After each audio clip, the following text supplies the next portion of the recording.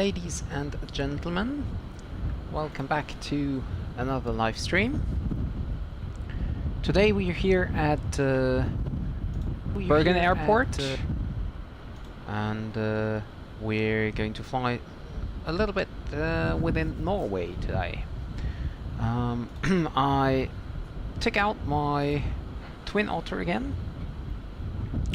Actually, there was just I flew it just twice before today, so it's gonna be a real interesting tour today. And hallo Johanna. And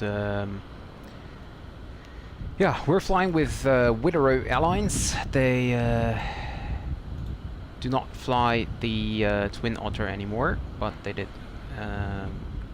some years ago. Nevertheless, we're going to fly from Bergen to Sandane or Sandane, and then we continue on to Haugesund. So it's actually also, I think, the second time for me flying in Norway. I used the past week to figure out some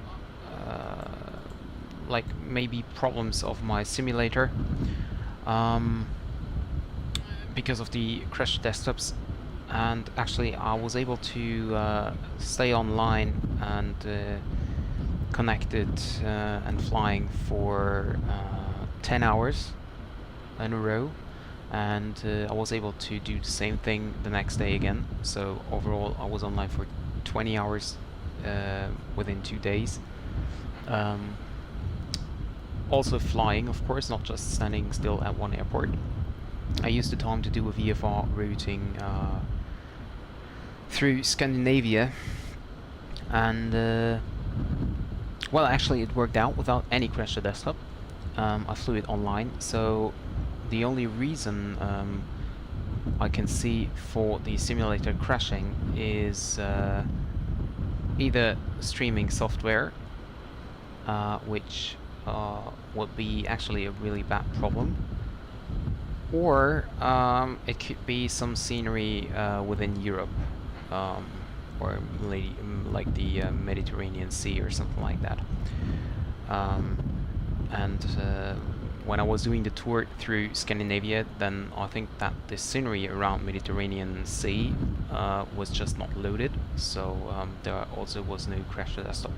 But I have no idea if this was the reason, and actually past week went fine without any crash to desktop, so I thought I'll give it another try today.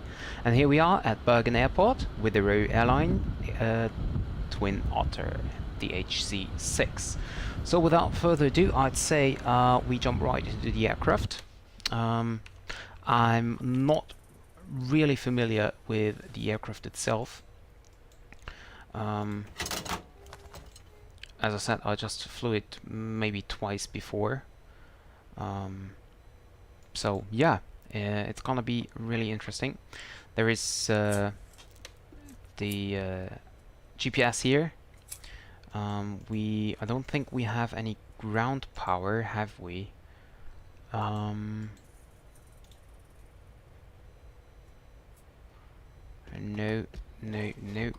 I don't think there is any ground power.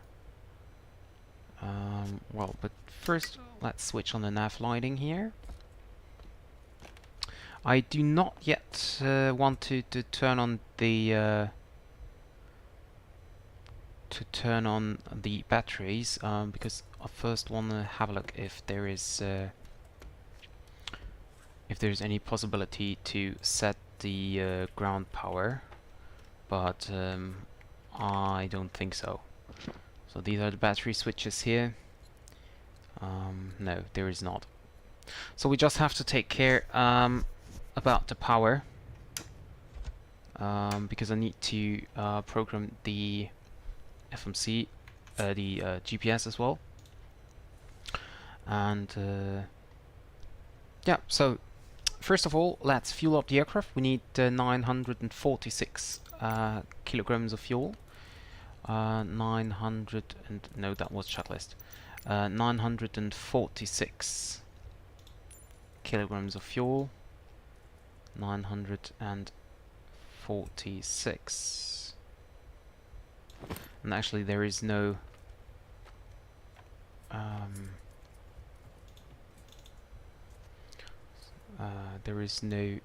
reserve fuel calculated in, so we need to reduce the cargo baggage load as well.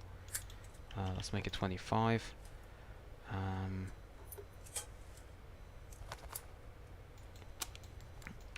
Let me see. Is there? I mean, so it's telling me right now that we have a lot of people in here.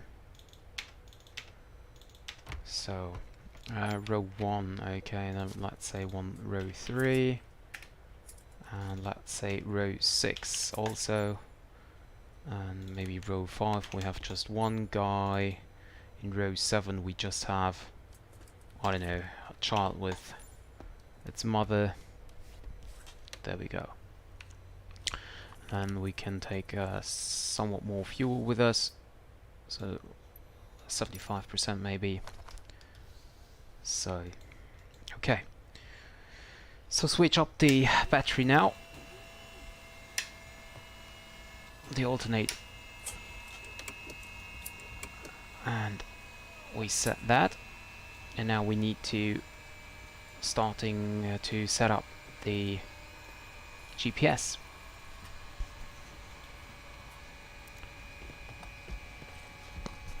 So, I'm not quite used to the FMS here. Is there already a flight plan? No.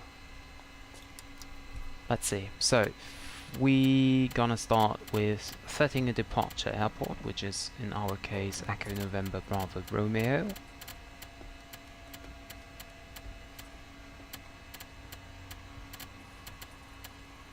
Bravo Romeo.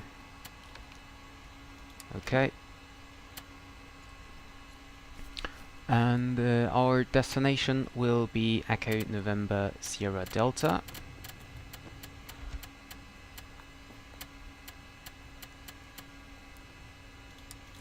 Sandane. Okay, so that is set.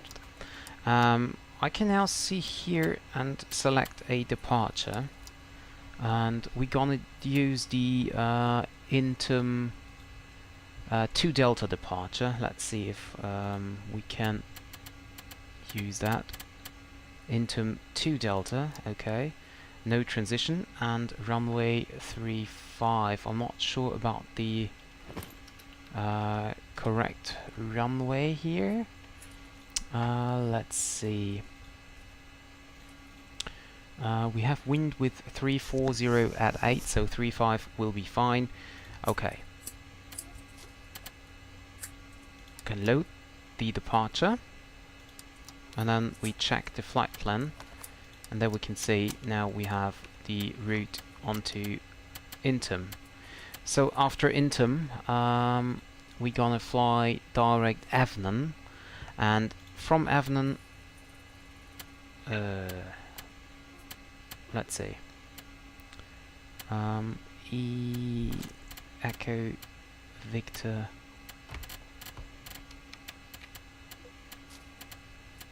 November Alpha and November. There we go. Now this completes our route for now. Bergen, Dido, Intum, Avnon, and then we start our procedure into Sandane. So first of all, select the arrival. We're gonna fly the Avnon 1 Papa arrival. Let me quickly check the weather. 310 at 7, so runway 26 is okay. Load. and select the approach. We're gonna fly the localizer 2.6 approach, although I think I might do it visually. Not sure. We will see that later on. And we're gonna fly via octet transition. Come on. Octet. There we go. And we load it. We do not want to activate it. And now we can check. So after Intim, we fly direct Evnen, and then we have the Evnen 1 Papa arrival. Hi Tralfy, welcome to the stream.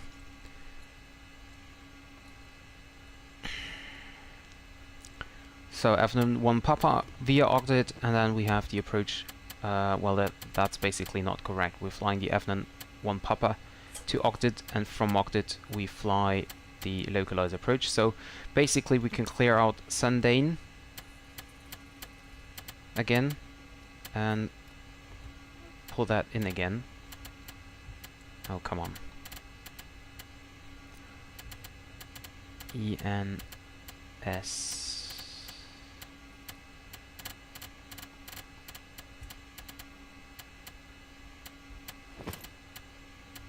The Sandane again. Okay, so select the approach, and we might now select the arrival directly. No. The approach. So localizer via octet. Load. And now check it in the flight plan to Evnen, and then octet itverk USR. Okay, so this is the localizer approach. So we set that, and then we have to remember to load that up later on. So okay, I think the boarding should be completed by now, so we can start up the right hand engine just so we have battery power. Turn on the beacon lights here as well. Flight data recorder can be turned on already.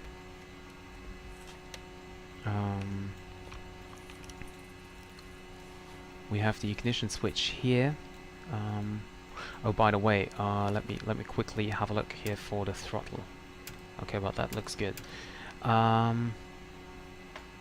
me see what we have to set here. Anti-ice is not yet required. Fast seatbelt signs now on. Pilot heat on. Generators yet off. Bleed air off.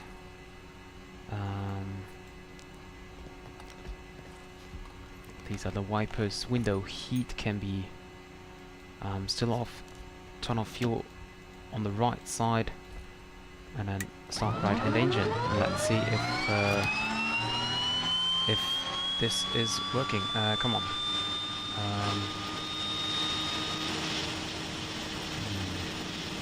I need to. Come on. Oh, come on! What's going on with the mouse? Okay. So engine number 2 is running. That's good. So we now have electricity, and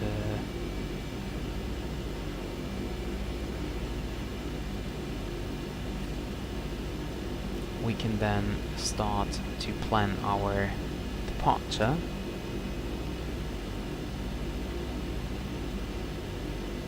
So departure route will be the Intim to Delta.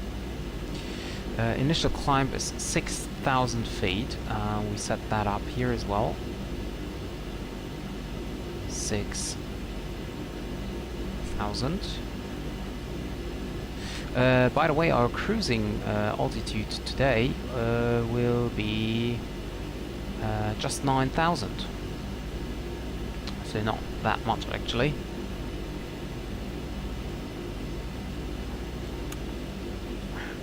That for now.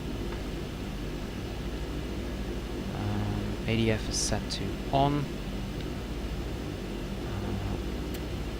Transponder mode set to standby. Let's take the standard IFR transponder code. And then we check the volume here. Okay, that's set as well. And we set to Unicom. 122.8, so we are set up for the departure.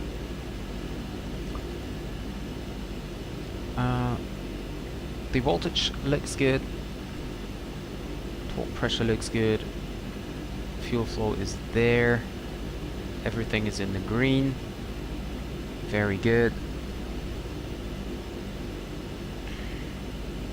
So we set this one to GPS here already because we need to use the autopilot. Check the altitude, the QNH, which is currently 1021. Okay, that's set already. And then I'd say it's time to start the left-hand engine, right?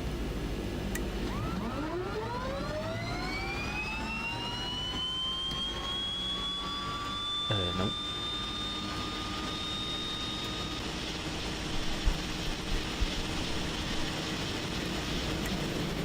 Ignition normal. Whoops. Could we please zoom out a little bit? Hello? I cannot zoom out. There we go. So we can now turn on the taxi lights.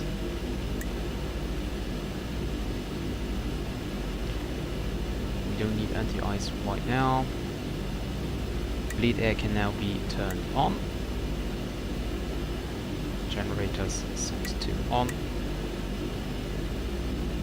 and window heat will be turned on as well. So we set the flaps for departure, flaps 10. Moin, willkommen zum Stream. Parking brake released, and do a quick flight controls check. All clear, full forward, full backward, right and left, pedals are fine as well, brakes are fine as well, all clear. So we are now ready to taxi.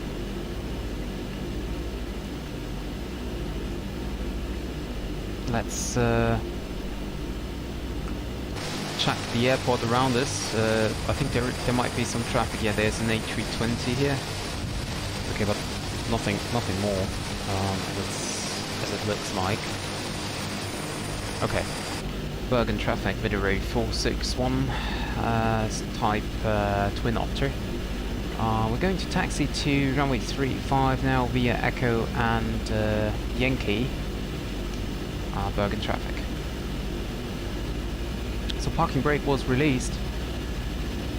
Trim is. Why is that? Is that saying takeoff here already? Oh, I don't know. Let's leave it.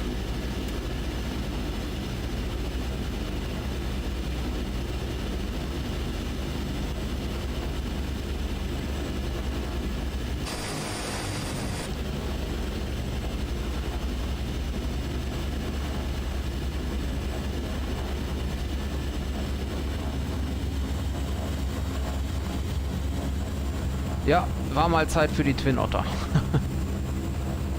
Hatte ich mal Lust drauf.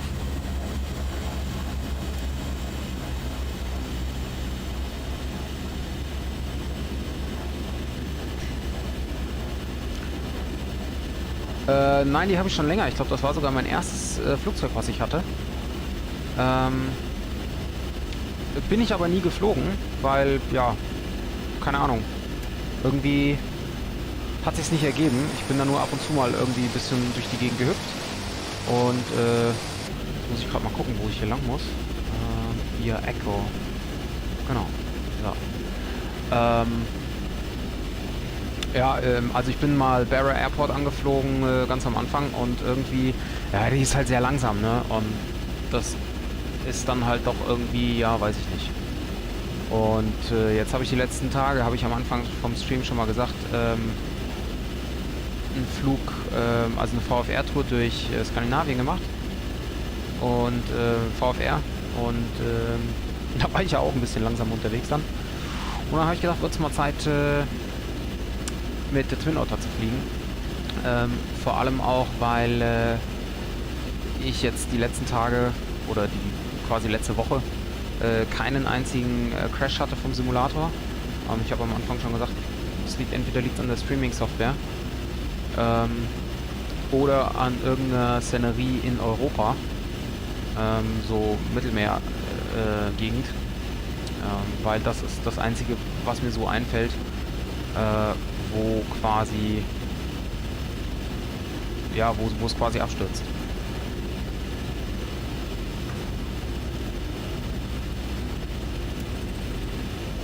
While it's thrust, we're getting fast here. We set the heading block to 350. Oh, cool. Glückwunsch. Ich habe mir von Thrustmaster hier die Pedale jetzt gekauft. Die T-Flight Rudder Pedals, so heißen sie. Ist jetzt auch, die sind gestern gekommen. Also ist jetzt heute auch das erste Mal, dass ich mit denen fliege. Ist extremst gewöhnungsbedürftig, aber auf jeden Fall schon ziemlich cool.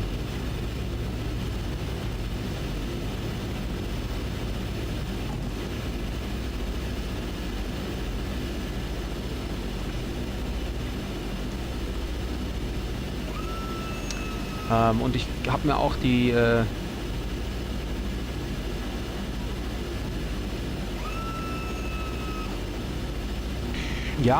mit Lukla, das steht auf jeden Fall noch auf dem Plan. Habe ich bisher noch nicht gemacht, weil ja, ich A, keine Lust hatte auf die Twin Otter, B, mich mit der Twin Otter auch nicht auskannte und ja, irgendwie, weiß nicht, ich kam irgendwie nicht so dazu.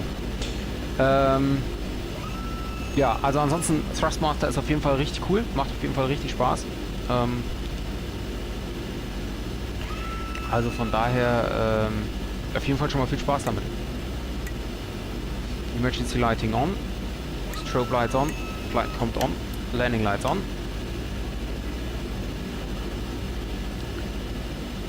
We don't need the NTRs. Window heat is on, fuel is on. Propeller full forward, landing lights are on. There we go, ready for departure.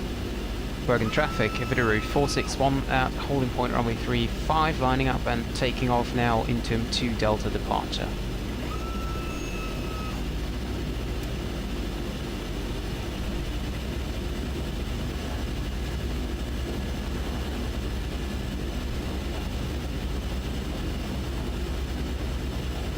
Ja, schon 60, das stimmt, ja. Aber es ist jetzt ein bisschen weniger geworden die letzten Tage. Ich habe natürlich auch nicht viel gestreamt, was einfach halt eben an diesen Crash to Desktops lag.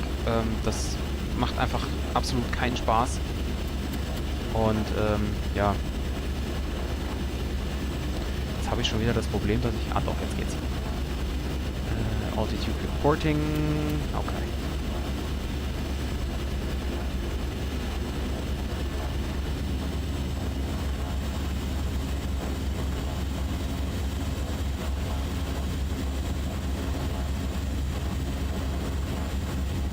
Approach path clear. Whoops.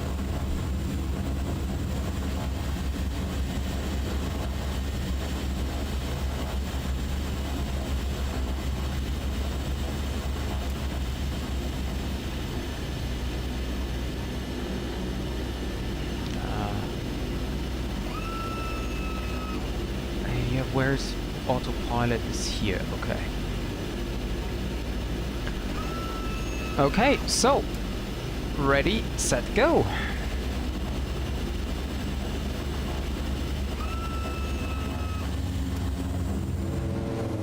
Full thrust, and there we go, into the evening sky of Norway.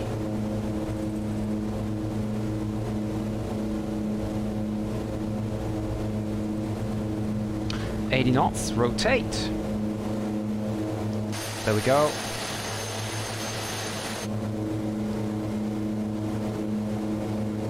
And now we climb up into the Norwegian sky. We can set flaps up. And climbing now 6,000.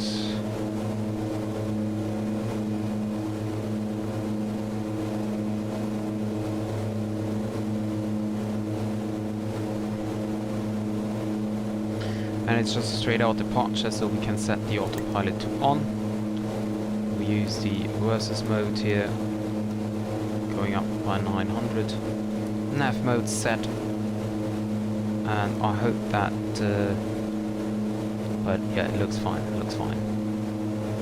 The flight director is working.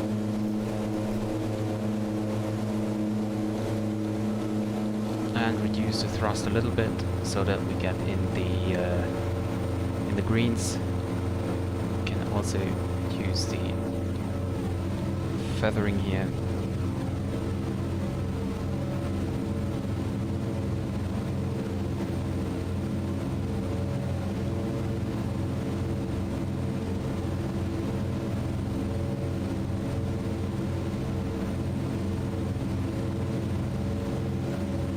And there we go.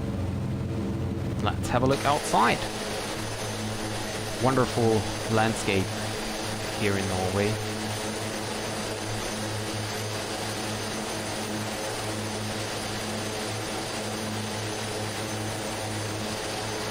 Ja, der Abflug ist immer geil mit der Twin Otter, aber die Landung ist halt auch mega, ne? Die ist halt auch saukurz. Can go up to 9,000, which is our cruising altitude.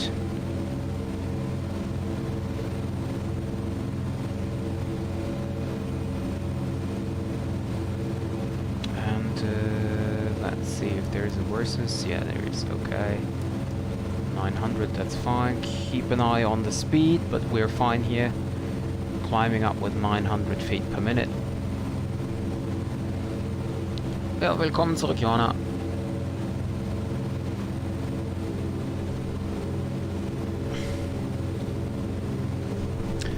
And let's have a look on the GPS if we are actually flying the route, but it looks quite good, does it? Yeah. So it takes us about 50 minutes until we reach Sandane. That's what I meant, it's a very slow aircraft.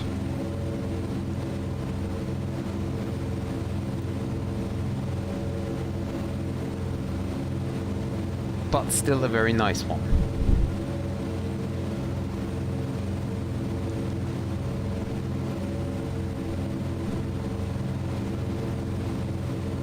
Ja, Autopilot ist an. Was er nicht hat, oder was ich noch nicht so ganz rausgekriegt habe, ist Airspeed Holding. Also der hat hier einen Knopf für IIS. Ja, aber das habe ich noch nicht so ganz raus, ob das funktioniert oder wie das funktioniert. Weil ich glaube, einen Speed Mode hat er eigentlicherweise nicht. Also da, mal gucken, mal gucken. Ja, I'm fine, Jana, I'm fine. Thank you. And I hope you're doing fine as well.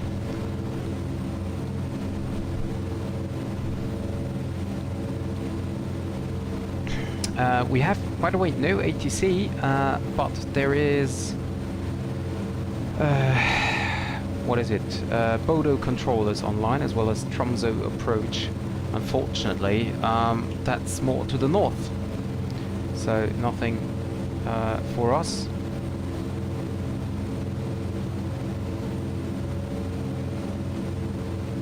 But well, we will see. Maybe there will be some ATC on the second leg. We will see.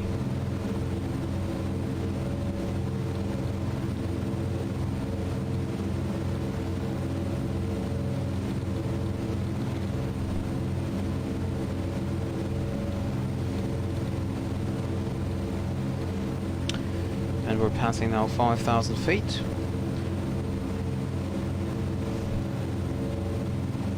The transition altitude, by the way, is 7,000, so above that we're gonna have flight level.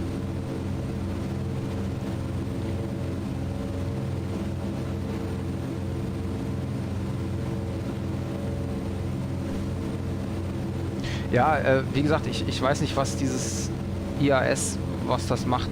Vielleicht ist das wichtig für den Sinkflug oder sowas. Ich vermute mal, dass es damit zusammenhängt. Also das heißt, wenn ich quasi eine Zielhöhe einstelle und dann IIS drücke, dann sinkt er halt und hält dabei die Geschwindigkeit. Ich vermute, dass es damit zusammenhängt.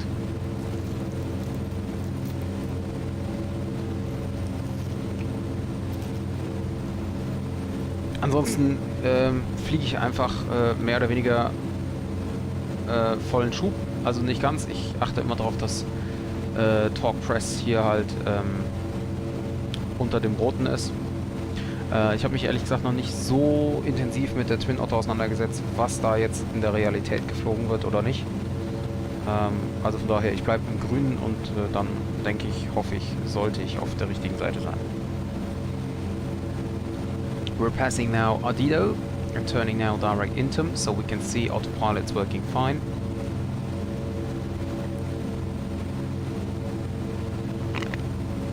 And we will soon reach the clouds, so there will be the need of anti-ice.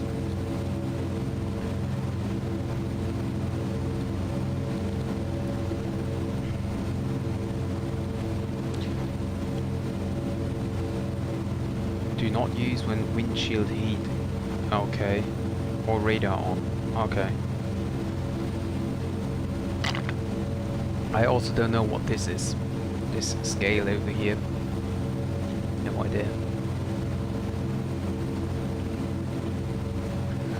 Intake, propeller, de-ice, wing inspection light is not necessary. De-icer boots, slow and auto. We can turn on the reading light.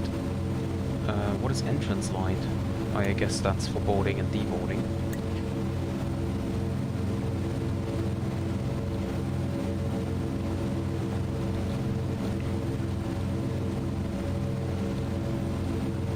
Yeah.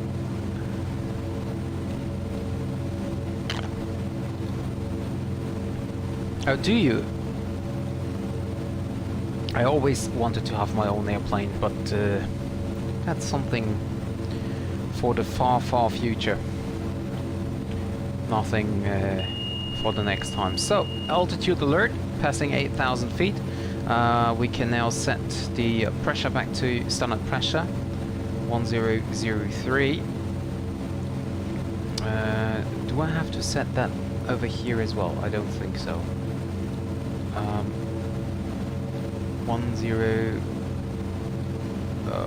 1013.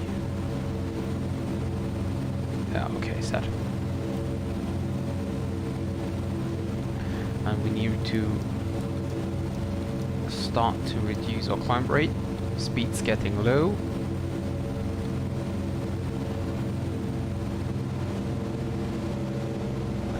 Hi Jeremy, yep, again flying in the north.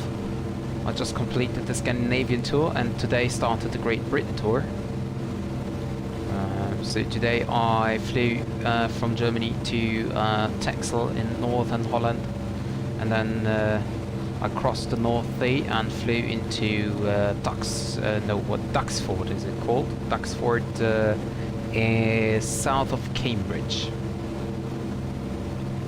So we're starting the Great Britain tour now.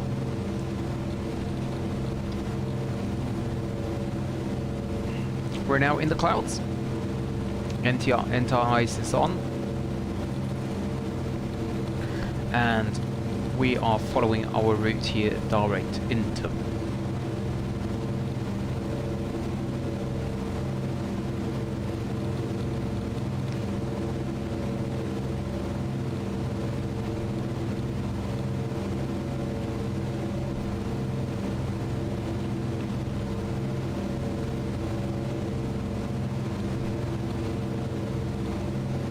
And we are already above the clouds.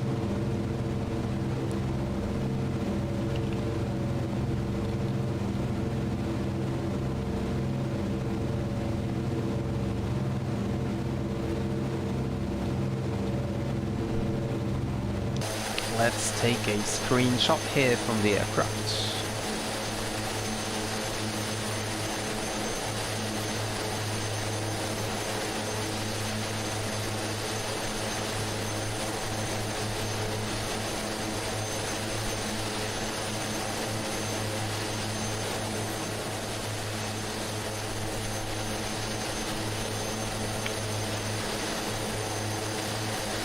We can turn off the landing lights here, by the way. Is there text? Oh yeah, okay, text light. Don't need that anymore.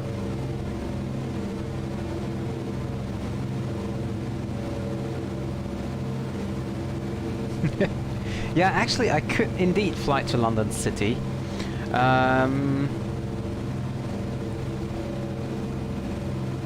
Yeah, well, maybe I should do that. Doing the next streams with the Twin Otter, flying into Lucca, London City, maybe Saba in the Caribbean, and I don't know if there are some other short field airports. We could also do Logan Air from Barra to Glasgow, which is a real flight.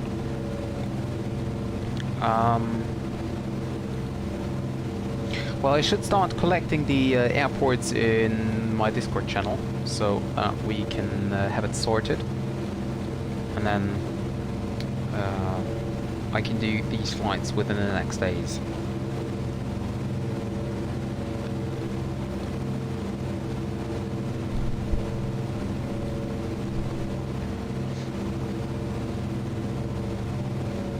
$5.7 million. Wow. Well, actually, I think I don't need a Twin Otter. For me, that would be a Piper Archer. That would be enough for me, or maybe a Cessna 152 or so.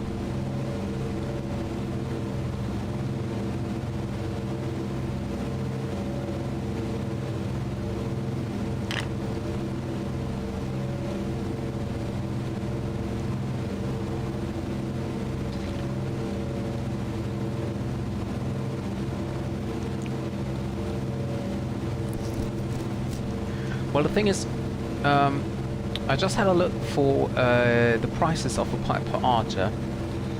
A Piper Archer PA-28 new cost about 400,000 euros. A Piper Archer used, like the Piper Arrow 2 or something, can be bought for like, I don't know, 40,000 euros. Of course, it's all of them, but well, you can buy an aircraft for the same price as a middle-class car.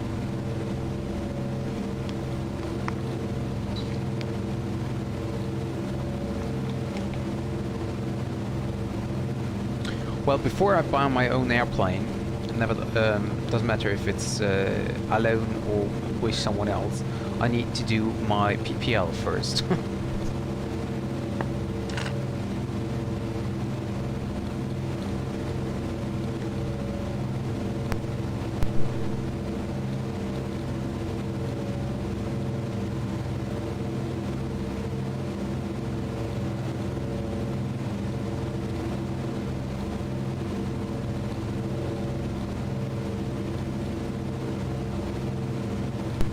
So I'm not sure about the descent here. My flight plan tells me that the descent, the top of descent will be even after. So it's telling me my top of descent is after octet, which is already the approach point from the localizer here. That's really interesting.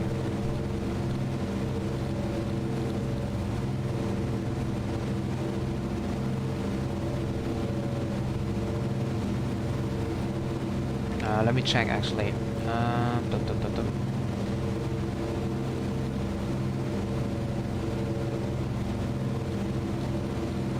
So we're gone. Oh yeah, indeed. We're approaching octet at or above 8,000.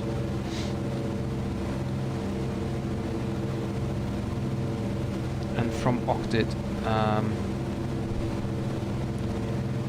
we descend down to 6, and then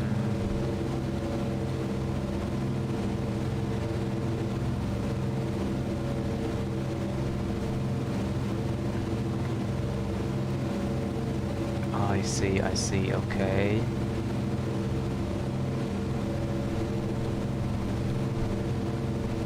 Okay. Well, that's gonna be an interesting approach.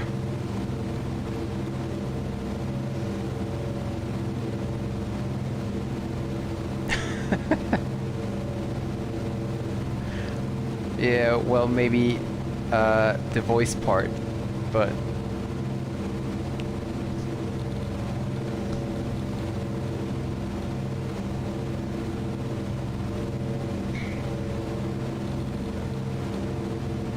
Yeah, that's right. You have to spend some money to maintenance. Ja, also SAS hat in Amerika Insolvenzantrag eingereicht. Allerdings bezieht sich das, so wie ich das mitbekommen habe, nur auf Amerika. Also das betrifft nicht SAS in Norwegen oder wo auch immer die ihren Sitz haben. Das sind quasi zwei unterschiedliche Unternehmen oder beziehungsweise werden als zwei unterschiedliche Unternehmen wohl betrachtet. Ich weiß nicht, wie das rechtlich ist. Es kann aber gut sein, dass die SAS aus Norwegen dann oder aus Skandinavien für die Tochter in den Staaten einspringen muss. Und da weiß ich ehrlich gesagt nicht, inwieweit die das hier dann überhaupt können. Oder wollen. Oder wie auch immer. Also, und jetzt sind ja die Piloten wohl auch noch am Streiken. Das kommt jetzt zusätzlich noch dazu. Also es sieht wohl schlecht aus. Wobei ich mich da, muss ich auch ehrlich gesagt sagen, noch nicht wirklich näher mit beschäftigt habe. Das ist alles nur so vom Hörensagen und irgendwie mal quasi so zwischendrin mitbekommen und so. Also, ja, da auf keinen Fall irgendwie jetzt was für bare Münze nehmen oder so. Also, keine Ahnung, wie weit das hier stimmt oder nicht stimmt.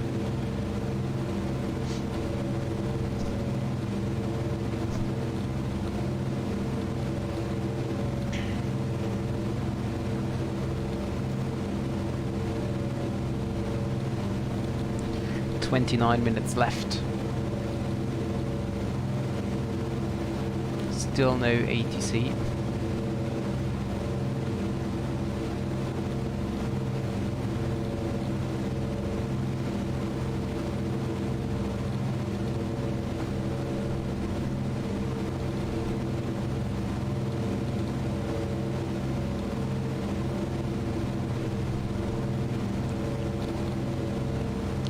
We could also change our arrival or the next flight from Sandane to Haugesund. We could change it into Trondheim.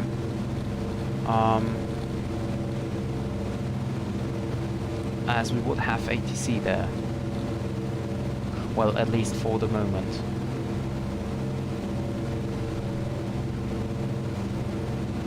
Yeah, sure, Jeremy.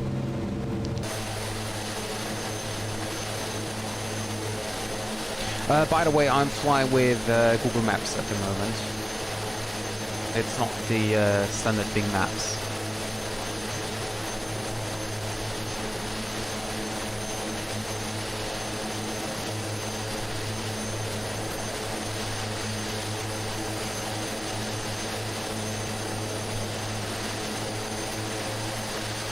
Yeah, here you can see.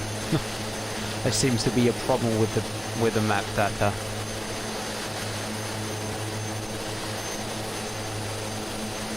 Or maybe there's some military in there, and that's why Google is not allowed to take any satellite image.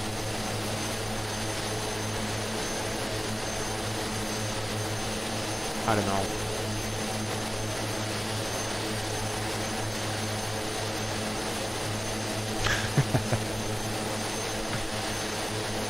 Yeah, well, it's... I mean... Yeah, the sound is something special. Of course, it's not the same as an engine aircraft. Is it? No, I just thought the wheels turning, but it isn't. Yeah, the sound is something special, of course, but... Yeah, that's true.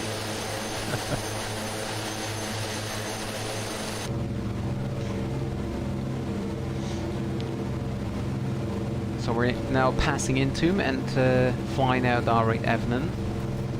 Thank you, David.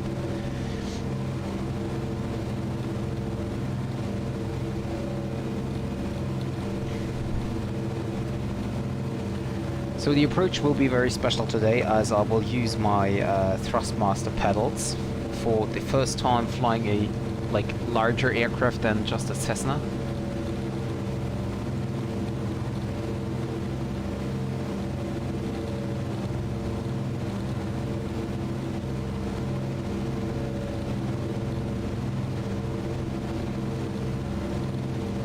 The fjords down here looks very nice.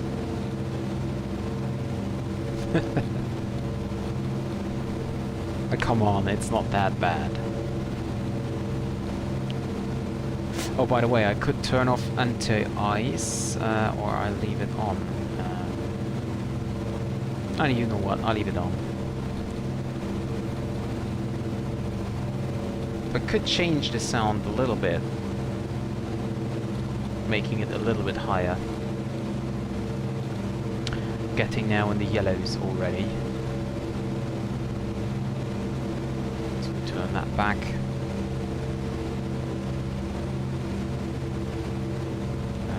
They're getting a little bit too hot, so I need to reduce it a little more here.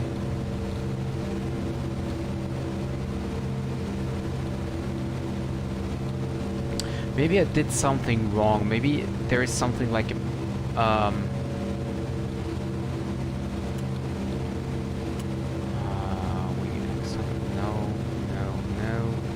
no, bleed air. But I thought that maybe there is something like a engine cooler or something you need to open. But, well, apparently there isn't. Both on. Fuel selector normal. Fuel is fine here. We just have one tank.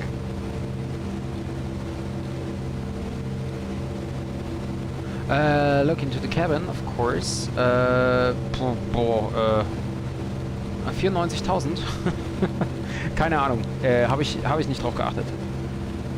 Kann ich dir nicht sagen. So we can see here in the cabin we have a wonderful 1-2 configuration.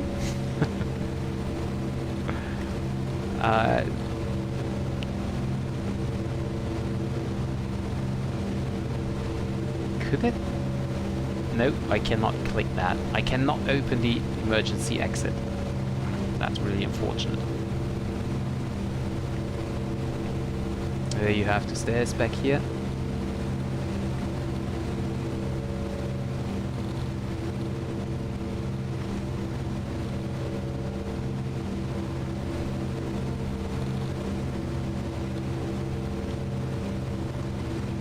Can I lift that? Oh, I could lift it. I could lift that if we would not be airborne. Let's have a look from the passenger view here. Oh, there are even some security maps, bracing positions, land and water evacuation exits. Although the aircraft displayed here is not a Twin Otter. Is it? No, it's not. Well.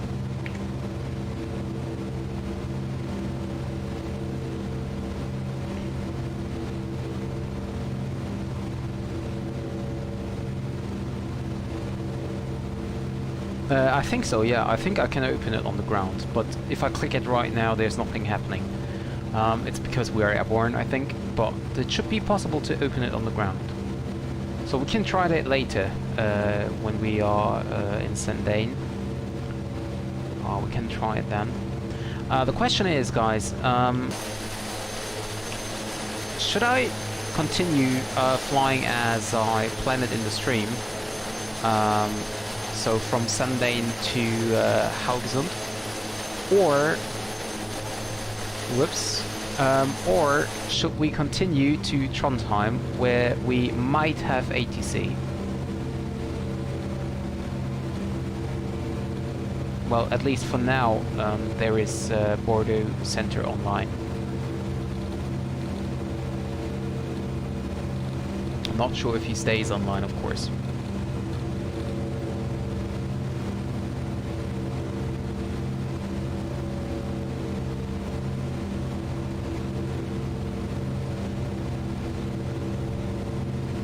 Well, yeah, Trondheim is a really nice approach, but so is Haugesund as well.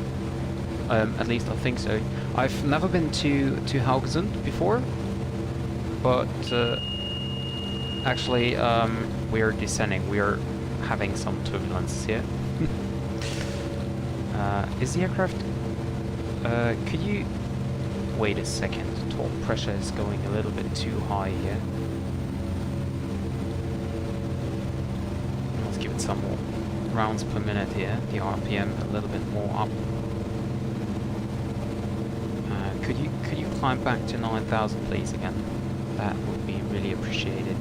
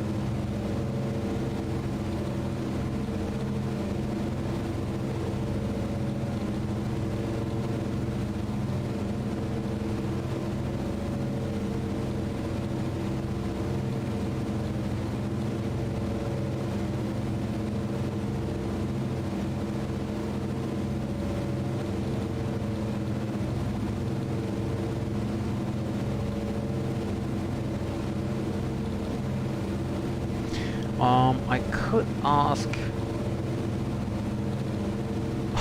well, Trondheim's runway is long as well. So that would not be of any difference.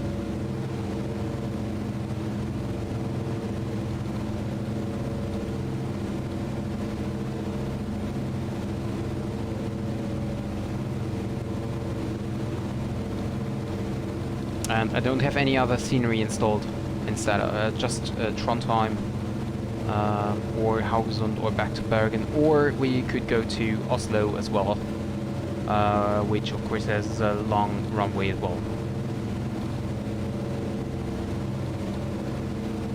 Yeah, but the circling approach is just interesting if you can do it. You know what? I will ask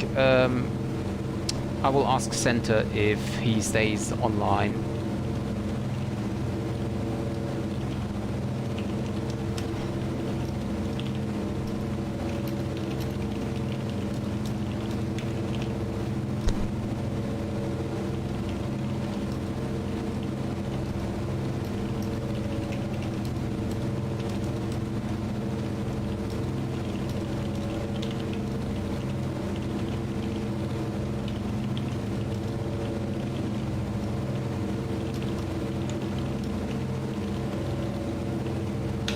So I just asked him.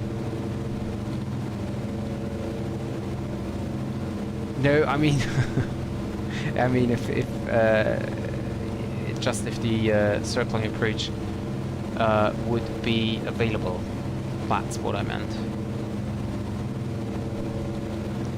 So set the heading bug for 342. So. And check the flight plan once again. So we're going to fly to Evnen, and then after Evnen we need to start the approach.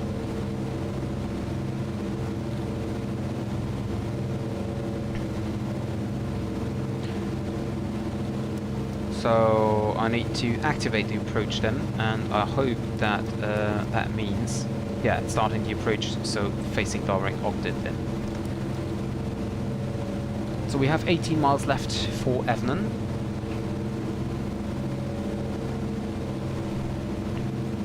Well, do not ask me where he is. I have no idea.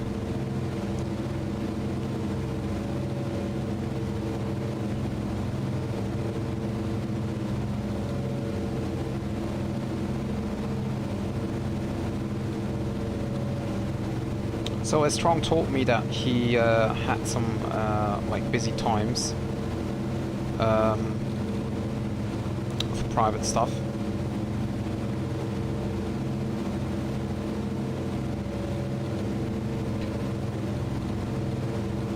and that's why he wasn't there. But he said that he wanted to try to be here again for the next streams. That was several weeks ago. Haven't seen him before. So by the way, Bordeaux or Polaris Control told me that he doesn't have any specific plans. So we could indeed go to Trondheim instead of Haugesund.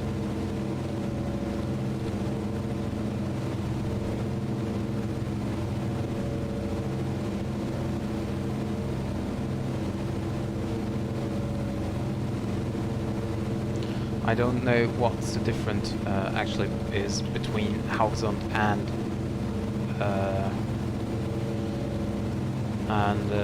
Trondheim in terms of the runway. 2,120.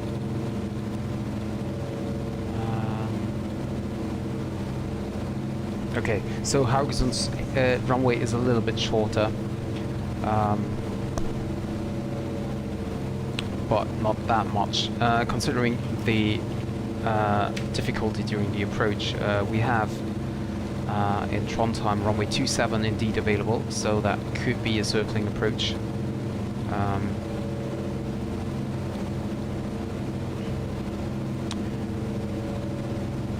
Or at least I could request a circling approach there. For Haugesund,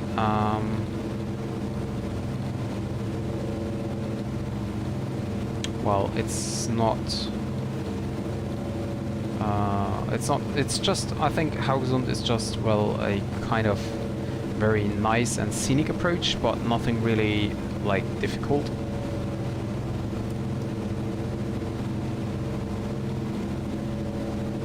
Okay, so we go to Trondheim. So I just changed the title here to Trondheim. Trondheim.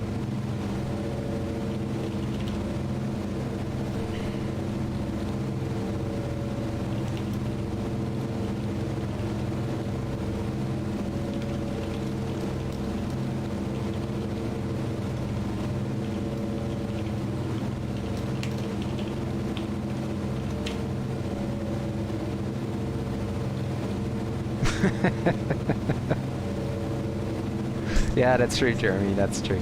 Actually, I've never heard of Sandane before. When I did the Scandinavian VFR tour, I was having a look on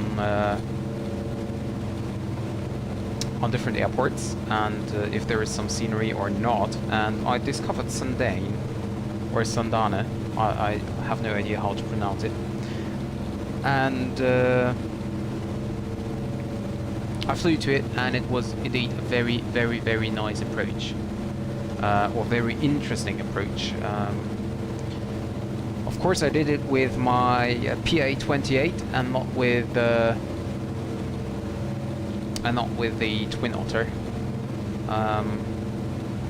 So I don't know what I can expect here for the approach.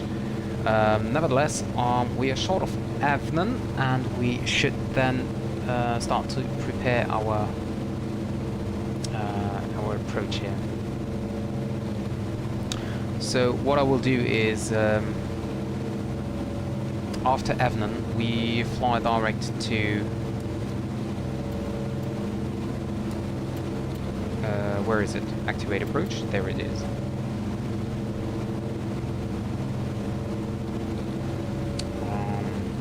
What I will do is, after we pass Evnen, or actually we can do it right now as well,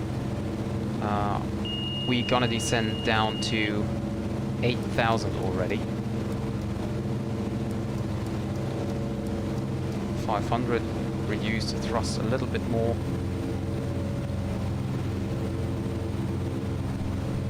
We have 3.7 miles to Evnen, so I think we can activate the approach. Okay, I did it. Did it work? I'm not sure. Let's see, if after Evnen it displays octet, then it's fine.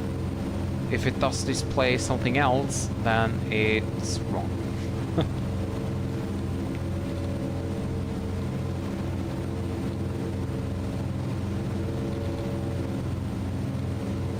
Well, there is, if I'm not mistaken, there is a heliport at the hotel in Dubai.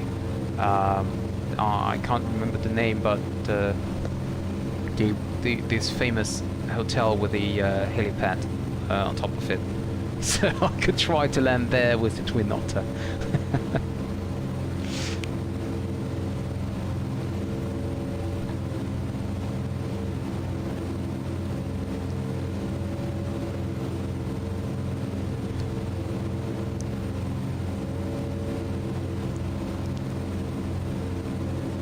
So yes, it's displayed octet, so we are actually flying the approach now.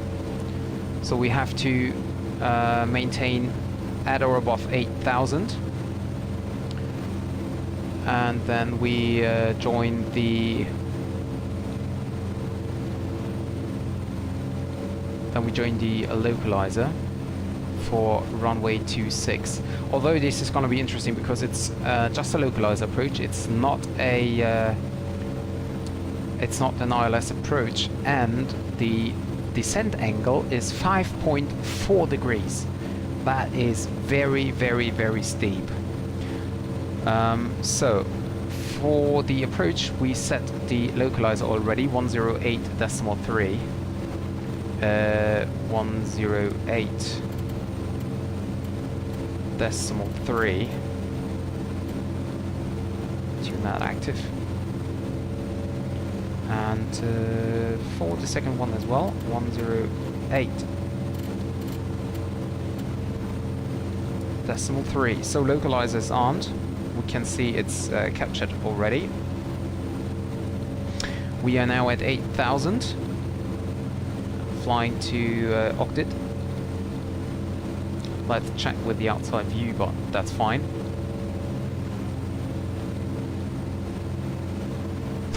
Landing challenge. Yeah, but is it is it a real landing challenge if you've gone fly with the Twin Otter? I mean, I think the Twin Otter is really a plane which can land anywhere.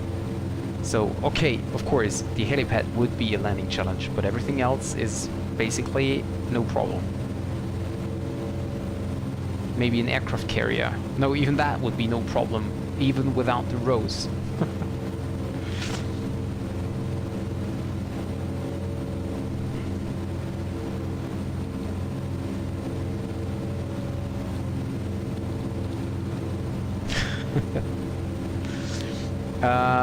Yeah, the last stream ended because of the frozen simulator.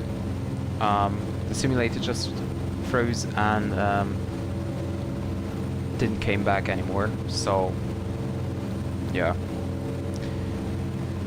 there was no other, because I didn't want to restart it, because as there is no autosave function, you have to set up everything again in the FMC and stuff like that. So yeah, I didn't want to do that.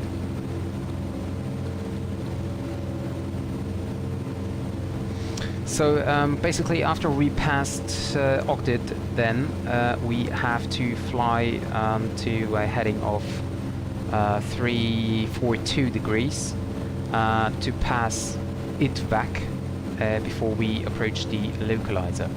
And from the localizer, that's going to be interesting then. From DME 10.2, we then have to descend with a descent angle of 5.4 degrees.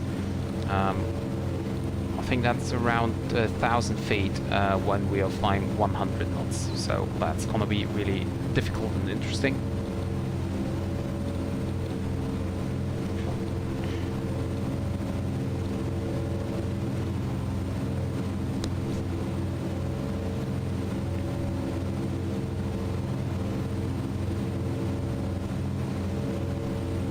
Airport elevation is at 200 feet.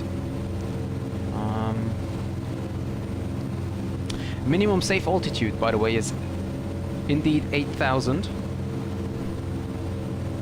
So if we pass the mountains here, that's the point where we pass octet, and then we have to descend to 6,000.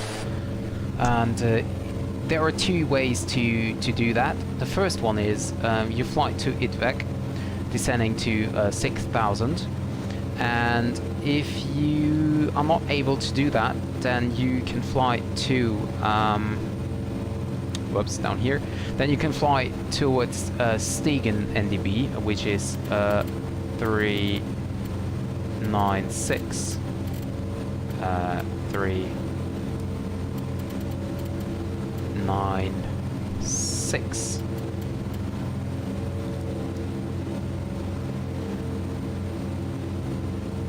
Do we get that already? No. So, heading of 252. Once we get the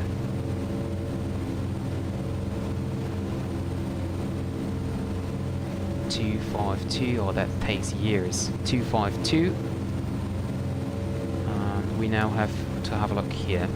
So if you are not able to descend to 6,000 feet once you pass Opted, then you proceed to Stegen NDB, do a right turn there, and while you're approaching Stegen, you descend to 6,000 feet. And yeah, that's basically what you. So you're basically doing a holding.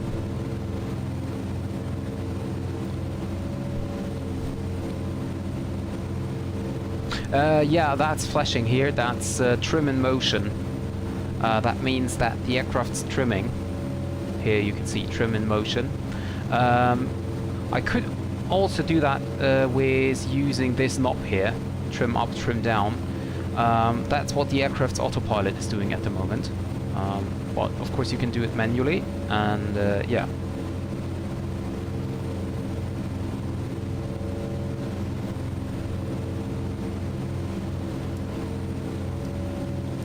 Do you need to select auto feather? I think that's important for an engine failure. We won't have an engine failure at the moment, so temperature's getting low here. We should get, well, it's actually in the greens, so no need to react here. But I think it wouldn't be bad to take the anti-ice on again. And have a look on the FMC now, GPS.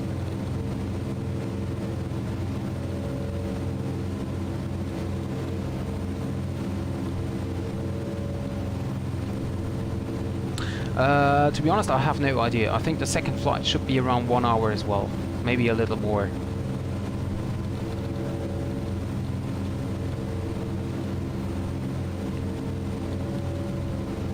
And the stream in total will, of course, end once we are landing at, well, wherever, Trondheim.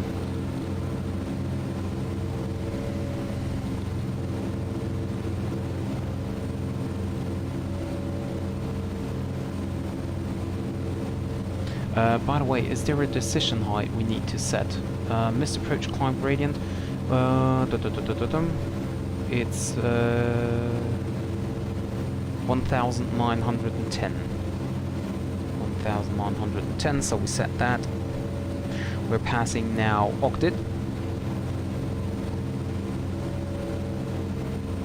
Yes, exactly. You have different versions with the Twin Otter, like on wheels on as amphibian to land in the water, and with skis as well. But for now, I need to descend 6,000, getting down, reducing the thrust here. And I also want to give full feather. Oh, it's raining. It is raining.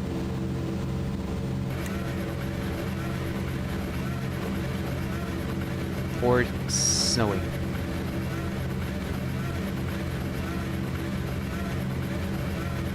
And it's over. Are you kidding me? Come on. Really? Are you descending, by the way? Oh, yes, you are. Fine. Okay, 6,000, set altitude 6,000.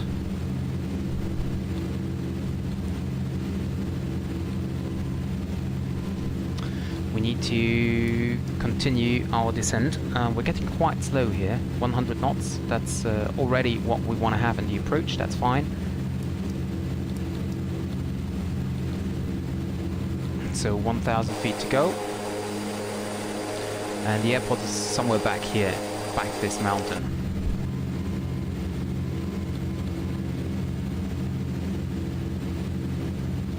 We can set flaps 10 already.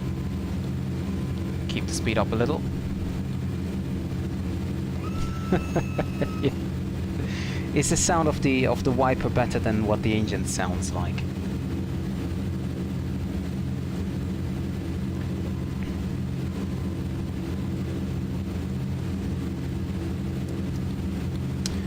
No, go down to 6,000 please. Go down 6,000. A little bit more thrust.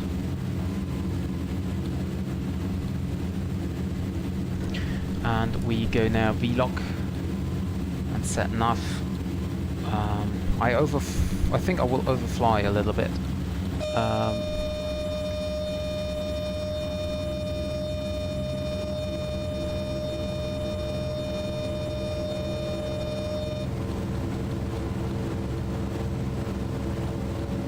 Set a course of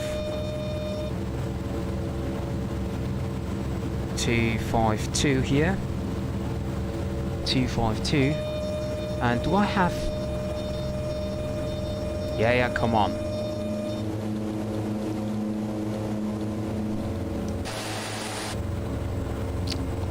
The aircraft have some problems with establishing on the localizer here. But of course we still have some more time left. I'm just looking for a DME distance view, but I can't see it. Where is the distance measuring? ILS? I have no idea, so it might get a visual approach then, with it, which is quite interesting.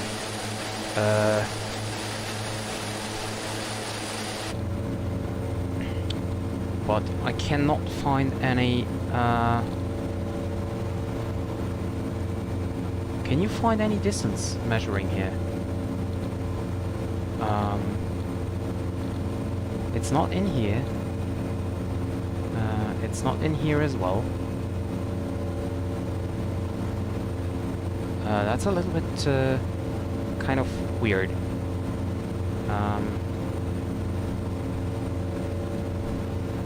Because it should be soon time to descend.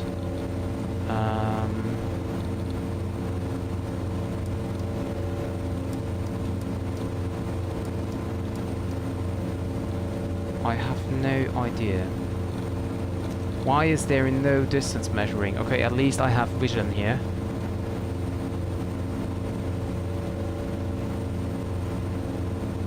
What do you mean, Jeremy, with pasta or noodles? Did I say something wrong here? Okay, it's I think it's time to descend now.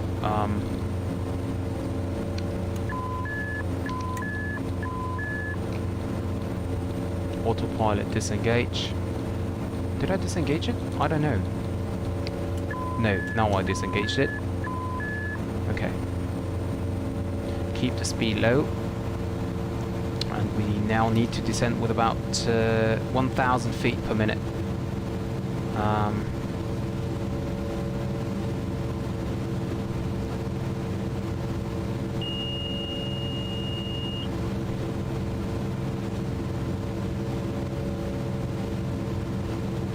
Well, it's hard to see something. We're still on the localizer, and I have no idea about the distance.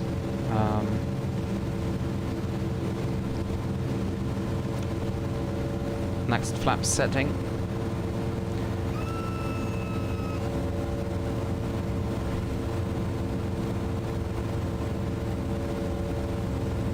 Getting slightly wide of the localizer.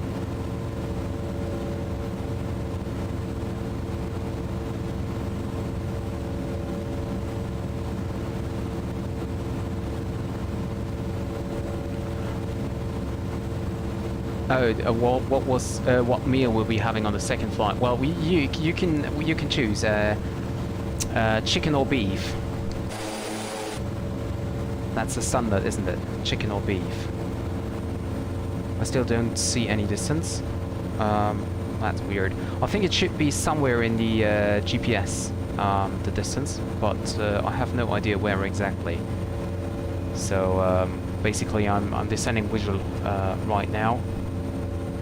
So, and I think we should be a lot lower than we are, about 1,000 feet lower, I think. So let's increase our descent rate here. Good thing we're flying the Twin Otter, right? So we can descend quite steep here. Oh yeah, nice. That's a nice approach here.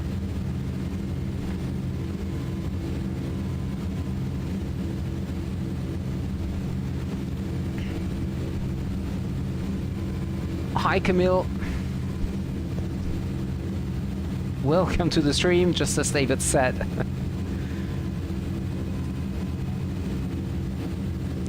Slightly left of the localizer, so we'll get him back on the right side here. Somewhat more throttle.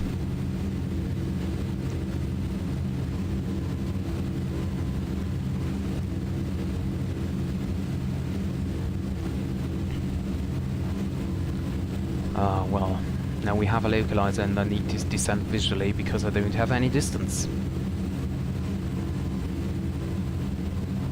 That's weird. That is weird. There we go. Airport inside back there. Not sure if you can see it, but there is the airport. We have an offset localizer here.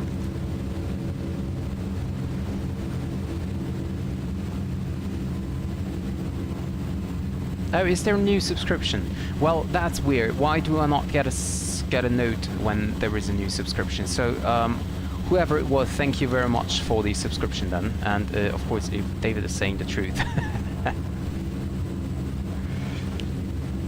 So, we are approaching really slow here. 80 knots only, but that's just so that we are... that I can make sure to approach the runway in the best angle. So the GPS is telling me we are still flying direct Itvag, but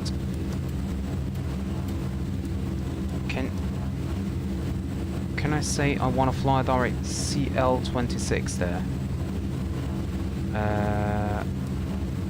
Oh, now what? Oh no! Damn it! Well, you shouldn't do that during the approach, so let's just leave it.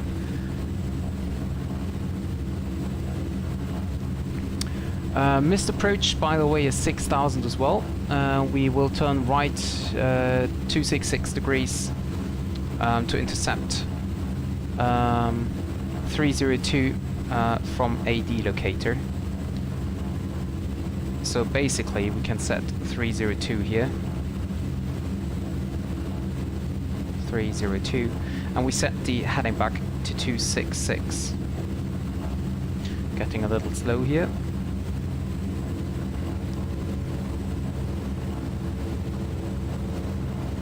Heading of 266.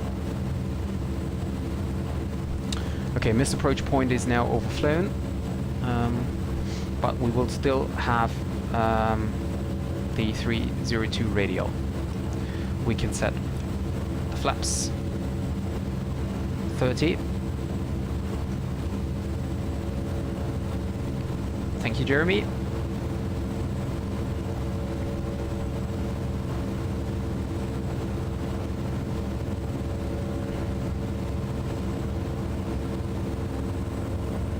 And flaps 40.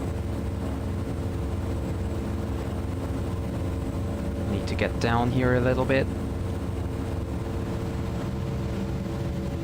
Oh, don't, no, it's gonna be worse. It's gonna be worse. It's the first time I'm using the rudders here as well. So it's very likely that I'll veer off the runway.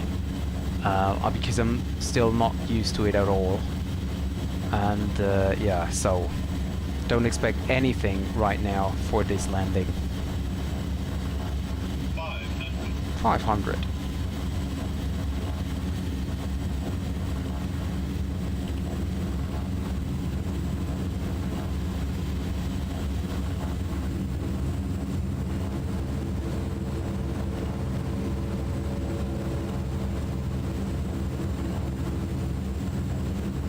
No rudders needed here at the moment. Yeah, minimums, okay. Whoops.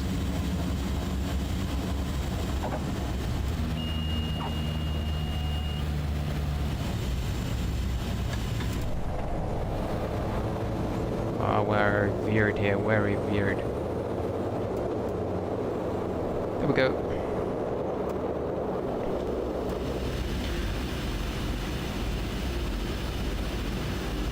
So I will tell you later what landing it was, because I just noticed that there is no overlay, and no one told me that there is no overlay, so you don't have a landing rate, but I will tell you soon what it is.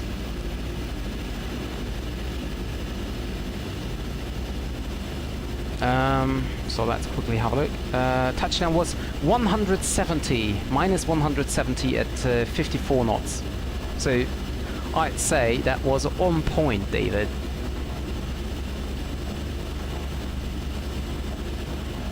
And I need to leave the runway here. Okay, so Squawk is now standby. Wait, that was wrong, was it? Standby. Strobe lights off. Strobe lights off here. Where do we park? Over here? Maybe? Oh, I have no idea.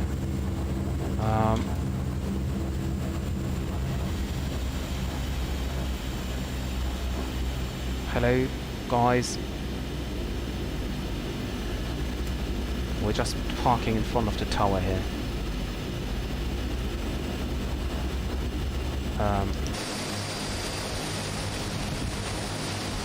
Okay, that's fine.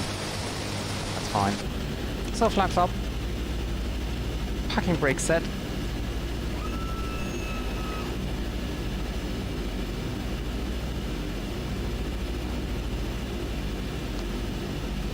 And we can then turn off the left engine for now. Oh, come on. Okay, left engine turned off. We leave the right one running as I just want to finish cleaning up here the flight plan here. Clear. Can I clear that? No. Clear.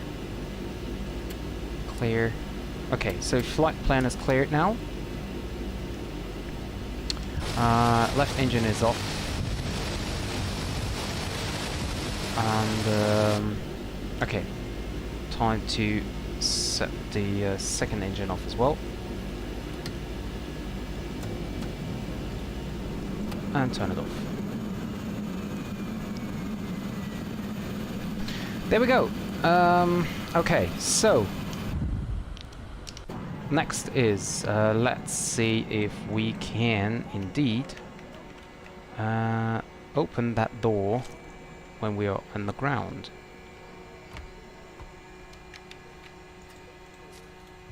There we go. As I said, you can open it once you're on the ground. Can you open this one as well?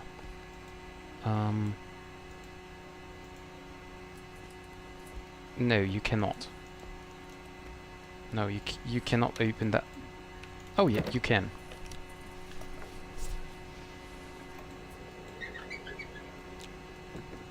There we go, ladies and gentlemen. Sorry. Keep your head in, and I cannot go outside of the aircraft. I cannot go out. So I'm stuck here. I have to go back to the cockpit and prepare the return flight. Okay, so but actually the wing and the engines looks really nice.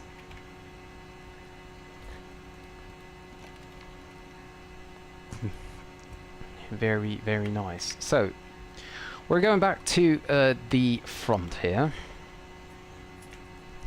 and well, I have no idea about the battery, so I pop out every anti-ice. I disarm the emergency light, reading lights off, entrance light on. Navigation and beacon lights off, generators off as well.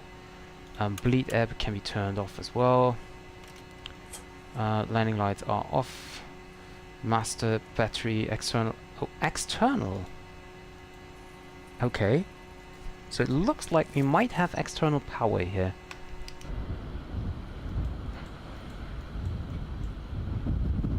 But yeah, it's indeed a really, really nice.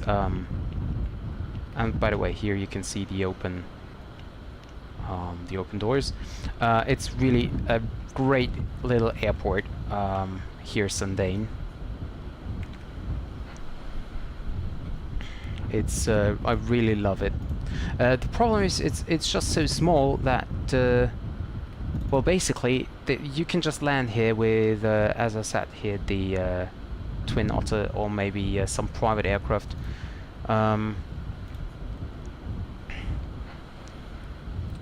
So yeah, that's really unfortunate there that you cannot land with anything else. I'm not sure if I think maybe in real life there might be some Dash 8 landing at Sandane.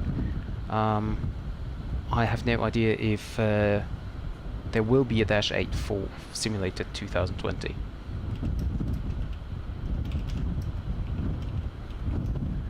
Just uploaded a screenshot into my Discord channel.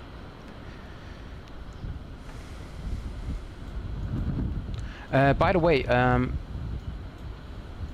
Polaris control is offline, so it doesn't. No, wait a second. No, he's online. Forget about it. Sorry. So, and now the weather clears up here. Very nice. So, let me quickly have a look for the flight plan for the return flight, and I also want to activate the overlay. Why is there no overlay? Did I turn it off?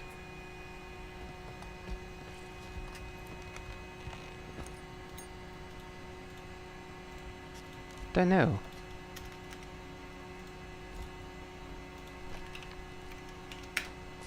There we go. That's weird. Okay, so I updated Trondheim Wideroe 461. Call time will be the same. We're flying a a DHC6, and for the return, I'm just doing a quick flight plan here.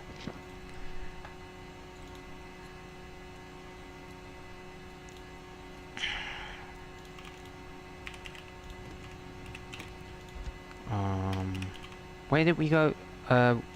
We go to Sandane, ENSD, to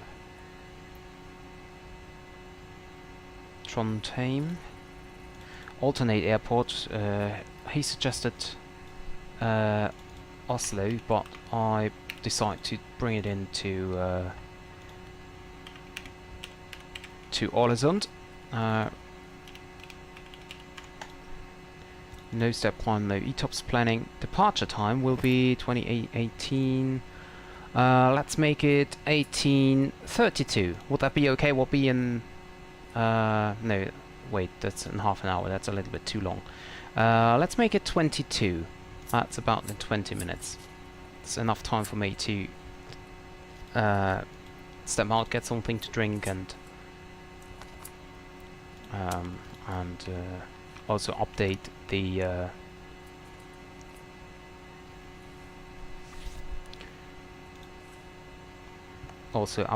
flight plan and everything. So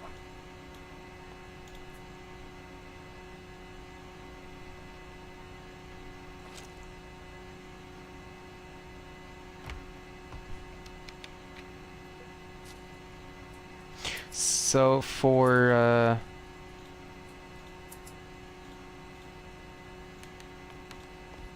the arrival, we can expect ILS runway 27. That's what it's set here. But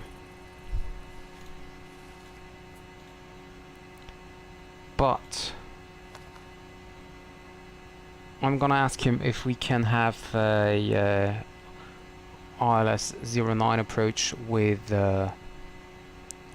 or maybe even a visual approach with circling for runway 27.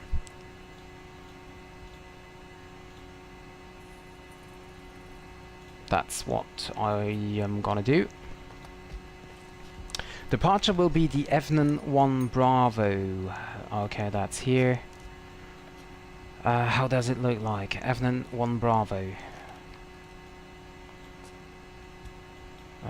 Pilot is responsible. Okay, the SID requires a minimum climb gradient of 280 feet per nautical mile to flight level 75.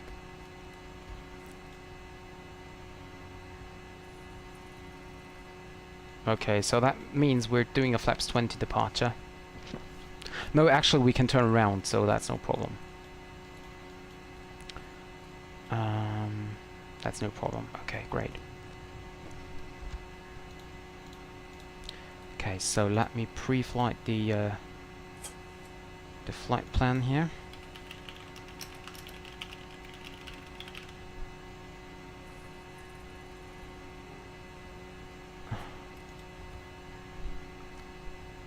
%70 download. Are you updating it, or are you completely reinstalling it, or installing it for the first time? I don't know.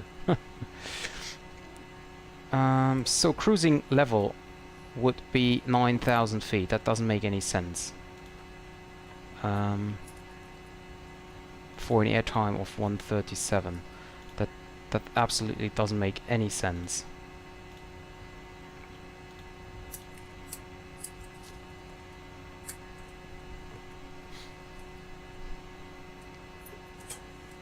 Oh, okay, okay. So good luck with that.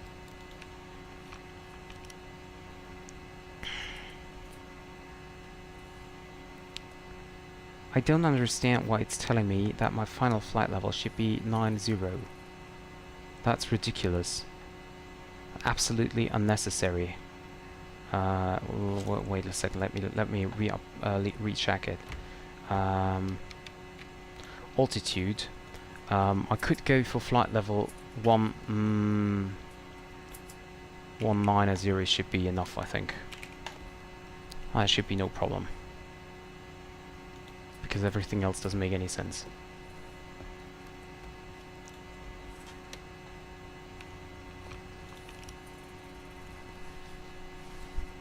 Flight level 400, that reminds me on my business jet world tour, which I should definitely continue in a while. So, flight level 190, block fuel, okay, upload to flight plan.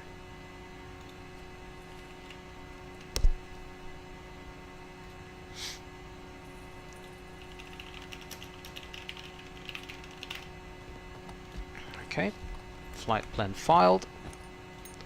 Let's recheck it. Fetch, okay, it's in there. Wonderful. Okay, there we go. So,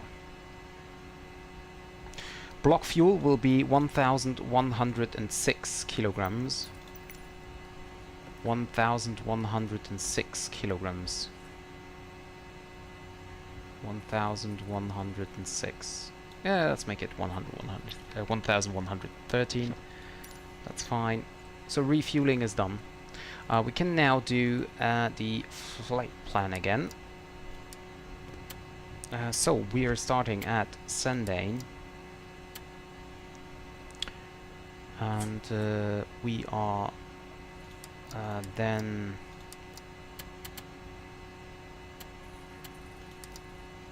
nope. And then we are flying the Evnen 1 Bravo departure. No transition, runway 26. That's okay. And load it in.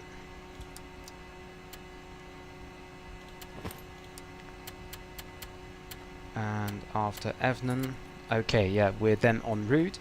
And after Evnen, where's my flight plan? My flight plan disappeared. Oh, there it is. Okay. Oh.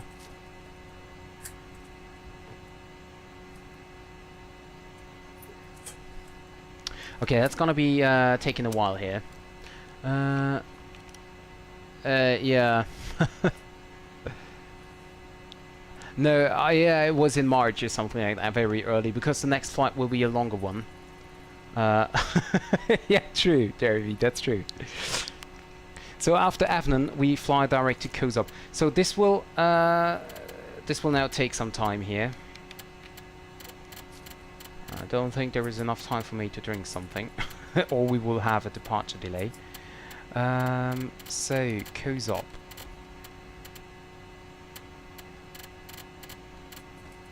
Kozop, there we go. After that, direct Nelzu. Whoops. Oh, and actually, I think that was it. Because from Nelzum, we're gonna fly our arrival. Okay, sorry. Didn't take that long. Nelzu. There we go. Okay. Wonderful. Route is set. Boarding is completed. For the departure, the initial climb will be flight level 120, so we can set that in already because we need to climb up there. And this is set already here as well.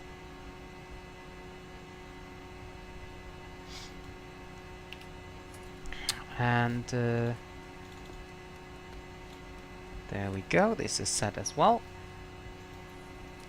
Can check here GPS. Okay guys, I'm just off for a minute or maybe 1.5 minutes to get something to drink, and then I will be back shortly.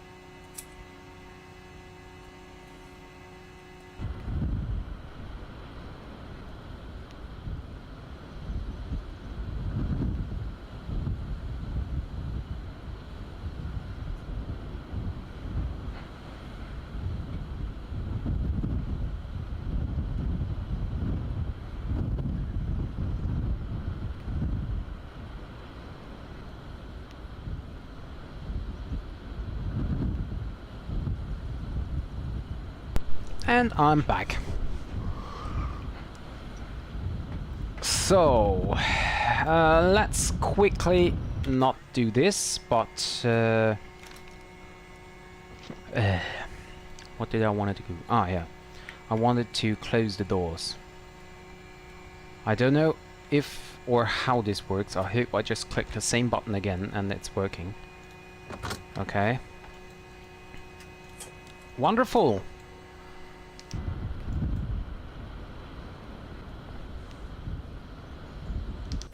Great!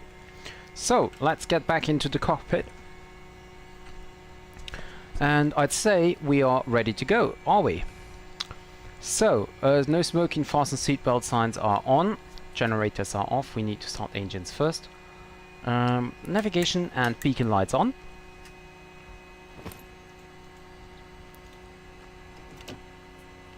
Turn on right fuel. And there we go.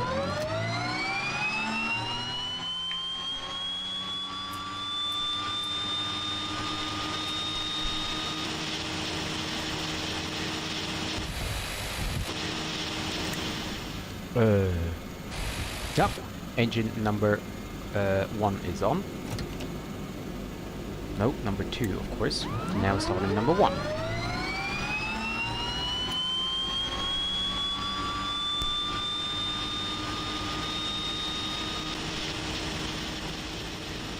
Come on.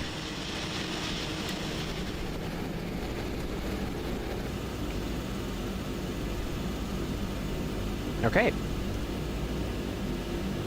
Yep, I'm back. And we are now ready for departure. Already 5 minutes earlier, but that's no problem, is it? So, what I want to do now is I type in the 12645 already into the COM frequency. Because this is Polaris control, 126 decimal 45. 126 decimal 45. There we go.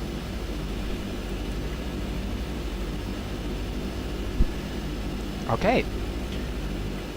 Let's recheck the flight controls.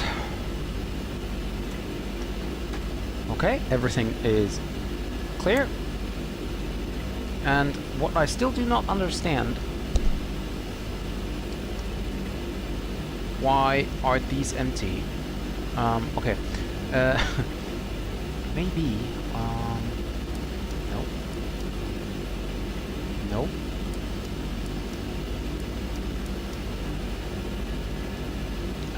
I still do not have any.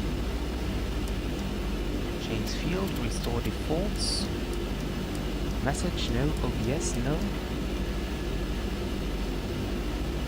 I still have no information about the DME. I still don't know if I tune in the DME, or maybe here, distance. Yes, I have. I have the A330neo, A330-900 from Headwind. So, time for departure! Exactly, yeah. That was my first stream going from the Canaries somewhere to Madrid or so.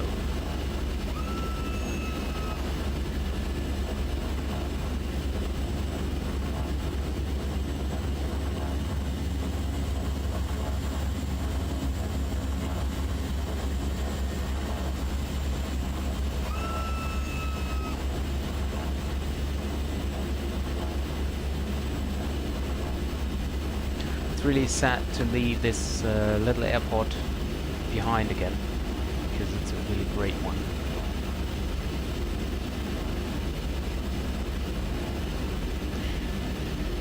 Nope, flaps not yet selected, but landing lights and strobe lights are turned on. And we're doing a backtrack. Strobe lights on as well. We turn on the window heat. Flaps 10 for departure.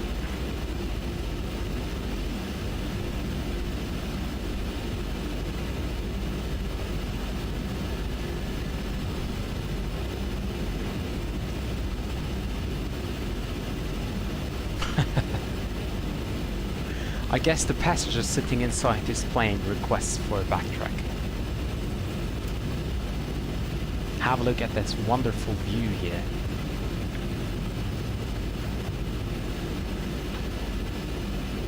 Braking a little and turning around.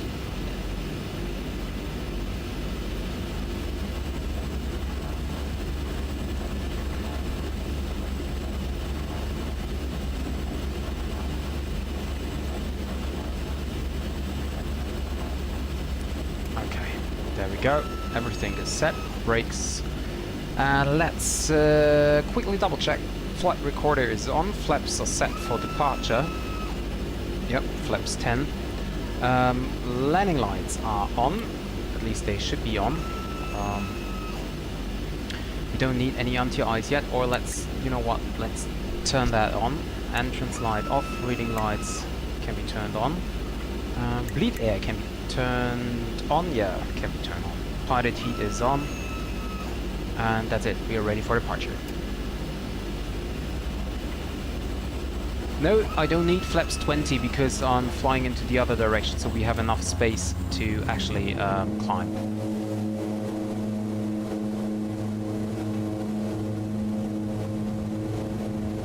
Say goodbye to this little wonderful airport in the middle of Norway. 80 knots and rotate.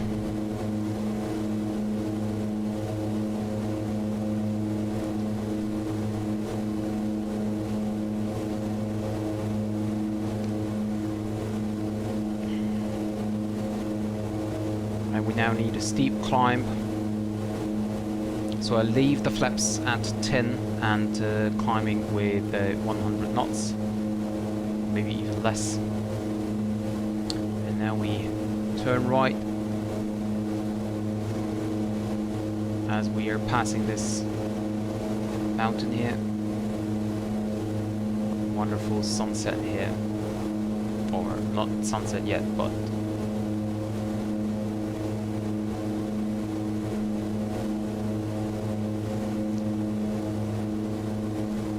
still climbing with a 90 knots here.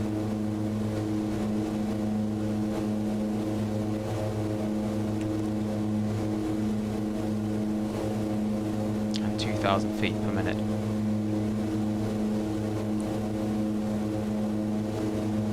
There is the airport. Down there.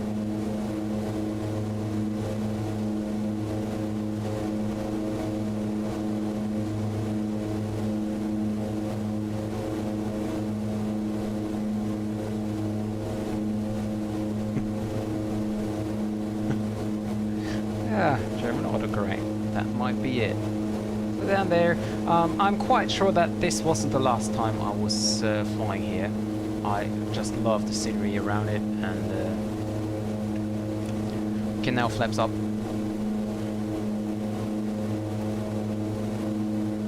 And continue to climb. So we set the altitude here. Autopilot. Trim a little bit. Autopilot on.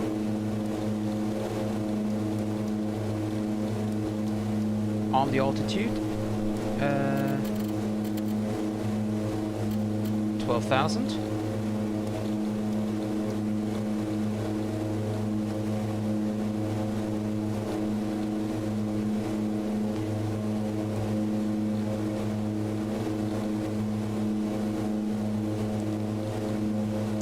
There we go. I'm just not sure why I cannot.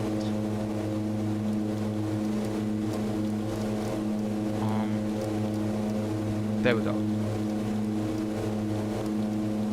No! What's going on? Okay.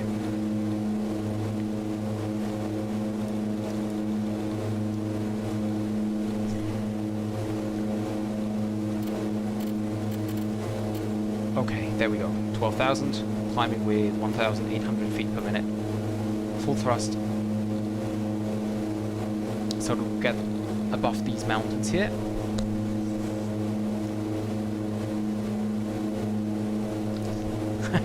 Thank you, David. That should be my job, actually, to do that. No! Why can I not click altitude and it keeps me on the altitude?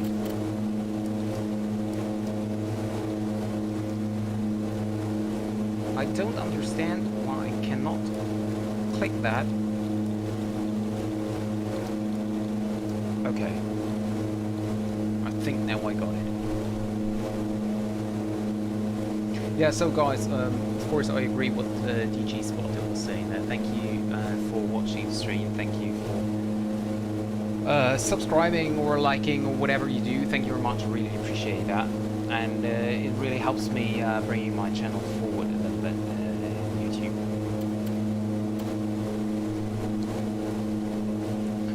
By the way, I could also set final time to flight level 190. The transition altitude again is 7,000.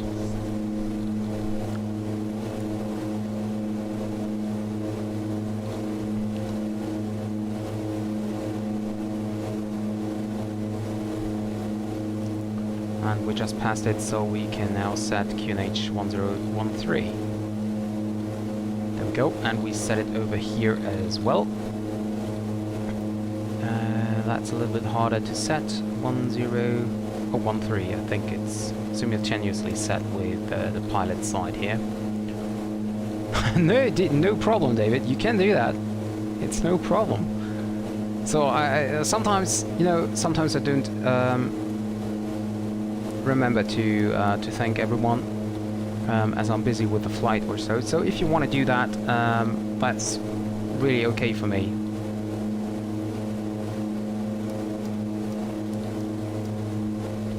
So we can reduce the climb a little bit. Full RPM.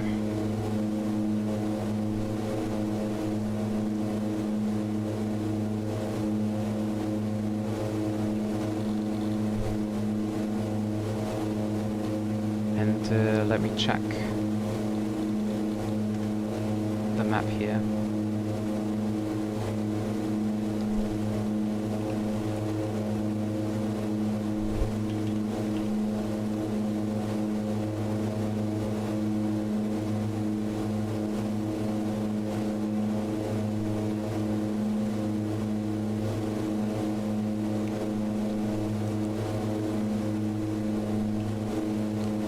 So the anti-ice is working fine.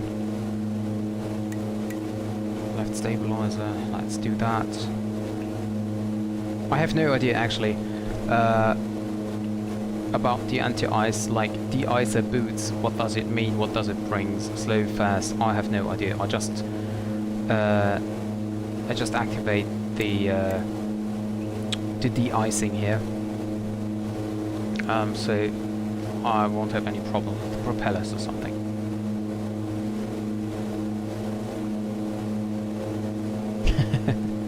Ja, stimmt schon. Stimmt schon. Also überrascht mich auch tatsächlich, aber klar, nehme ich gerne.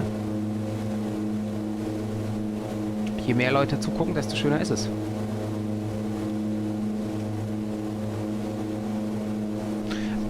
By the way, I just updated the overlay as well when I landed in Sandane. So now you also have the updated overlay, and you will be able to see my landing rate. Passing 10,000, landing lights off. A 24 hours flight. Well, that might be a little bit too long then, but yeah, something I might do something special then. And we are now high enough so I can go direct to Kozop. Let's see how this works. I'm not quite sure. Kozop? No. Okay, direct. Ah, here, flight plan, and then I can tell him direct to Kozop. And then I go to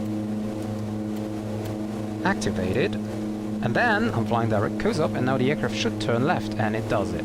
Great.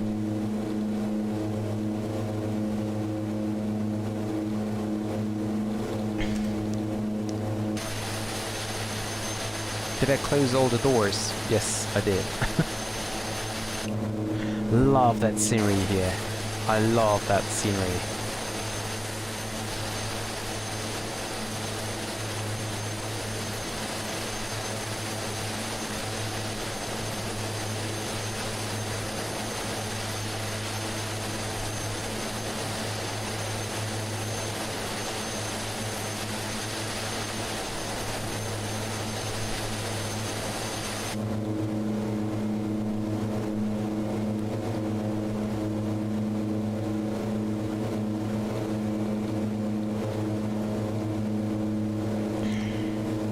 So we're steady climbing here to flight level 190.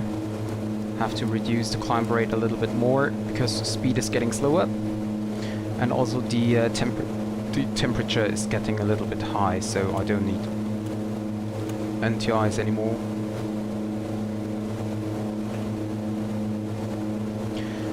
Did I turn on the window heat? Yes, I did. You can see some icing over here on the wiper. There's some icing already.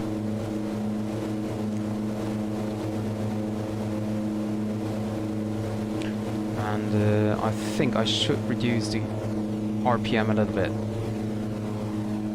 so the temperature is getting a little bit lower. I don't think it's good if the RPMs are, or if the temperature is so high all the time. So no, that's a little bit less. No, more power please, more power. Okay, but funnily enough the temperature falls down. Great. I have no idea what I did. Basically I did nothing, then just reducing the power for a second there. Oh yeah, okay, but now it's climbing again. Yes, we're going to fly to Trondheim. Okay, now temperature's rising again.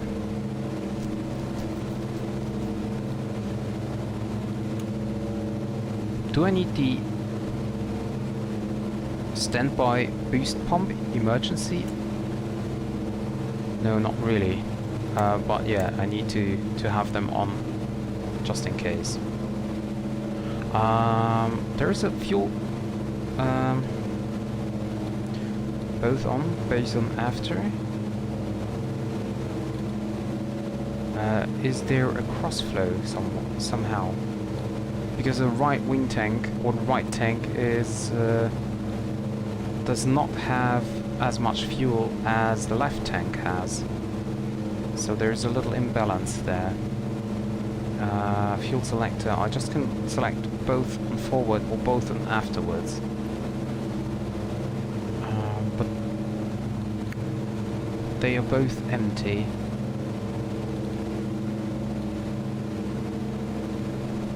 And we can now contact Polaris control. So let's tune that in, 12645. Polaris control, a very good afternoon, good evening, sorry, this is Wideroe 461. We are currently inbound Kozop and climbing to flight level 190, passing 145. Wideroe 461, Polaris, Klm Landing, squawk 5030. Squawking 5030, Wideroe 461. Sandane event 4061. 5030, 5030. 5000, clear to 17, clear to left runway, GeForce RTX 406. Go 4062, descend flight level 110, information Quebec. The flight is about, I have no idea, it's 1 hour... 1 hour and 35 minutes, and you can always see the landing time. Yeah, you can always see the expected arrival time on the top overlay where it says ETA, that's the Zulu time, And there you can see when we will arrive. 461, identified, cleared direct Exilda, X-ray, India, Lima, Delta, Alpha, expect LS27.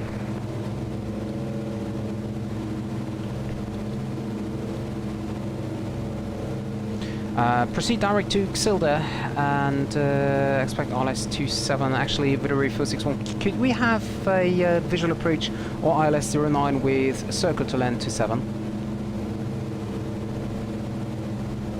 Wideroe 461, Roger, standby. Roger. So we can proceed direct to Xilda, but for that I need to proceed and start to select the approach. Okay. Funnily enough, there is no.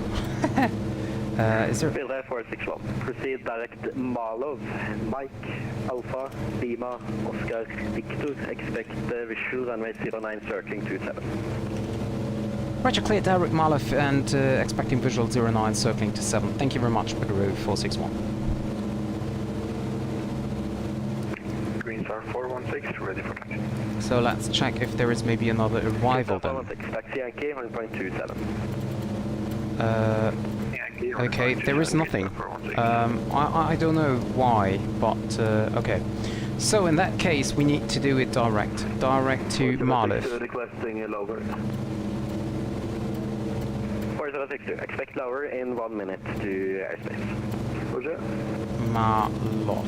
So that's taking a while. It's not as fast as with the FMC where you just type it in. Oh, come on. May.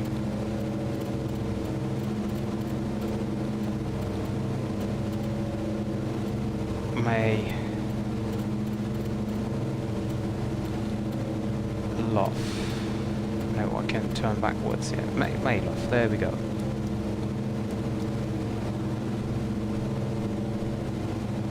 There we go, direct Malov.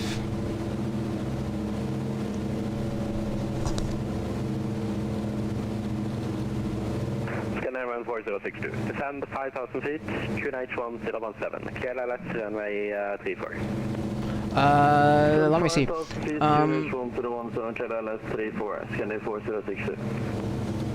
Yeah, that's right. Unfortunately, Wideroe is not flying the Twin Otter anymore. They just fly Dash 8 and Embraer or something. That's really unfortunate. Actually, I don't know any airline besides Logan Air which is flying the Twin Otter in Europe.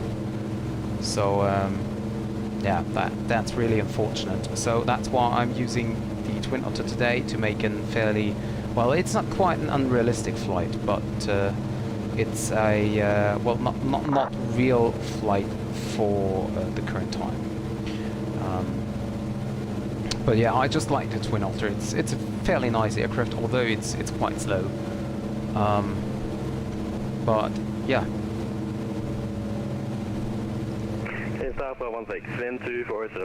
Yeah, the flight is quite long here with 1 hour 35, but you can see that now flight time will be 55 minutes here to Malov, and after Malov, I have no idea where Malov is actually. I will check the approach charts if I can find it.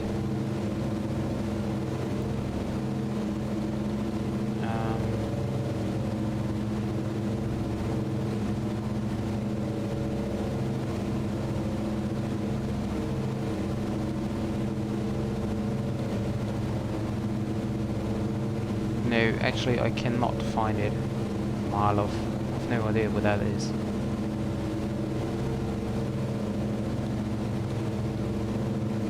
But we're not cleared for any specific arrival route. I'm just wondering, oh, I know why there is no arrival route, because because I have not set the arrival airport in the flight plan. I just typed in the route, but I didn't type in the arrival airport. So let's quickly do that. Okay, there we go. And now we should be able to select a arrival. There we go. Nelson to Mike. Nelson to Mike, arrival. We have no transition for runway 27. So we load that in, and now we can see that after Kusop we fly to Nelzu, and we just, yeah, now we are turning, and we need to reset that to direct Malif. Okay, there we go.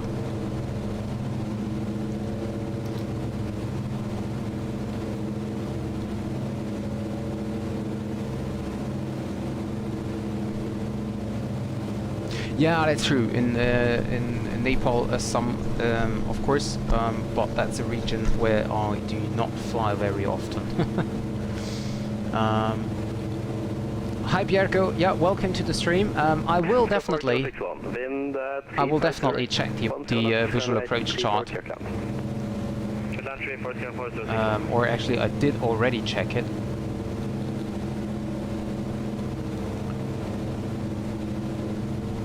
So I really like his circling approach.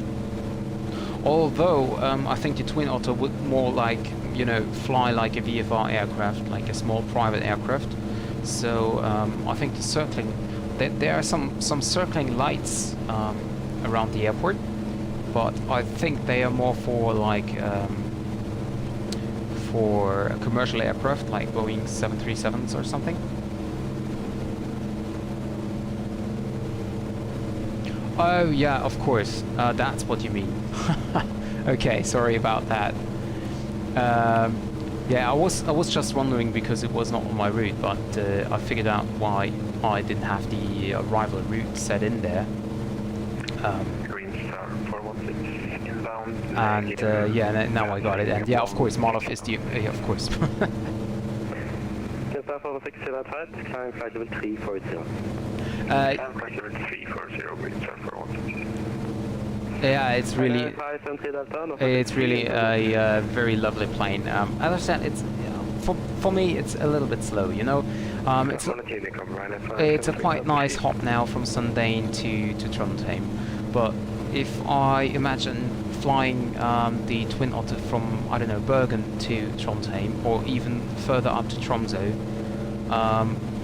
that's, well, you know, quite a 3-hour flight or so, and yeah, that's, for me, most of the time it's just too long.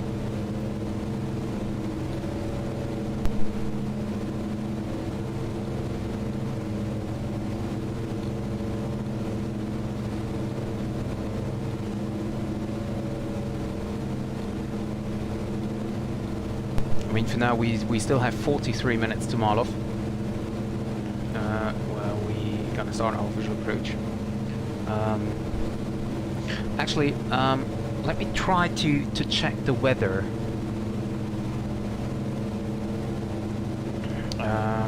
Why can I not? I cannot. Oh no, not this again. Wait a second. Okay, I cannot zoom in anymore. Oh no, please no. Can I just please? Come on. I just, no. I had this problem before. The problem is now I cannot zoom in except I press space and then zoom. So I'm always jumping up and down. Let me try to get the 80s for Trondheim, and let's check if I can receive it on COM2, so we don't need to change the frequency here. 127.550. Decimal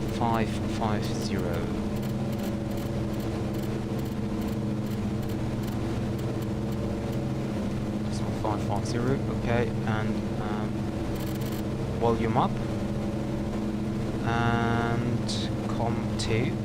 H1021. There we go. Remark 1670280 degrees 09 knots.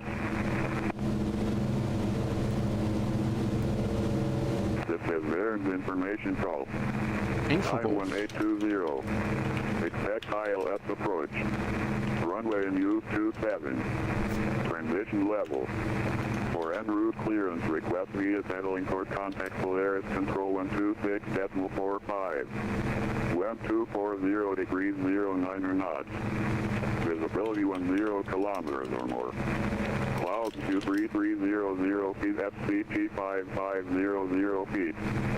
GMP 13 DP08. QNH1021. Remark 1670280 degrees 09 knots. GeForce RTX 2, runway 34, clear down. Wind 3, accelerate, sponsor. This is very Report advance, carry 4062. I didn't quite catch everything. The transition level. 416, clear direct Bravo, November. Clear direct Bravo, November. 416.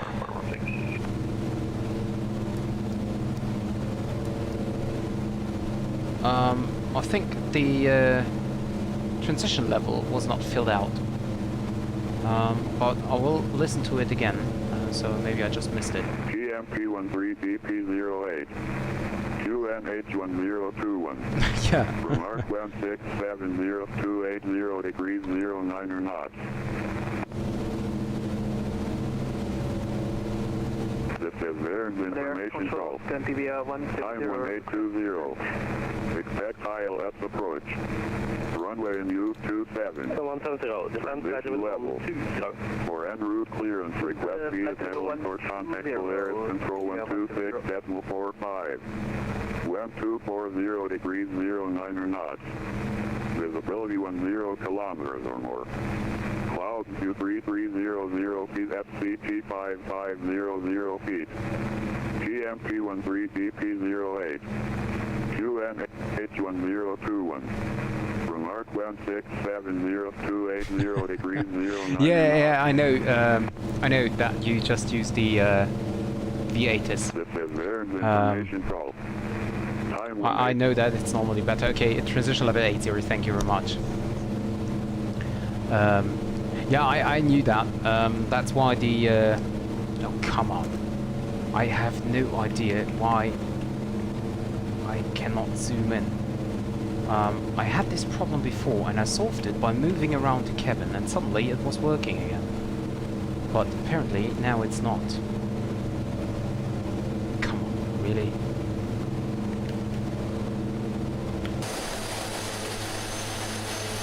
Because I can zoom when I'm outside, but I cannot zoom while on the inside. Oh, come on, no, not again. I don't know what to do. I need to zoom, guys. By the way, I need to zoom. That reminds me, I ordered the Tobii Head Tracking 5 software, which should arrive on Tuesday, and with that I should be able to lean forward, and with that like acting as I'm zooming in, because it's actually recognizing my head movement, and yeah, then the pilot basically is indeed leaning forward.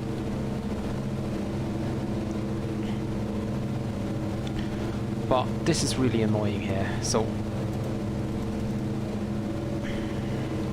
I have no idea what's going on and why.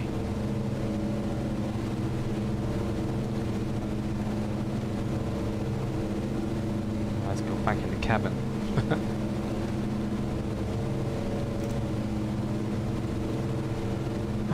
Okay, then we have to continue like that. Maybe it will go away somehow. I have no idea what the problem is. Finsta 416, clear direct Attvik. Clear direct Attvik, Winter 416. It's not. 406, welcome. Taxi to Bergen. It's not really resetting the view. Okay, no way. We just have to deal with it.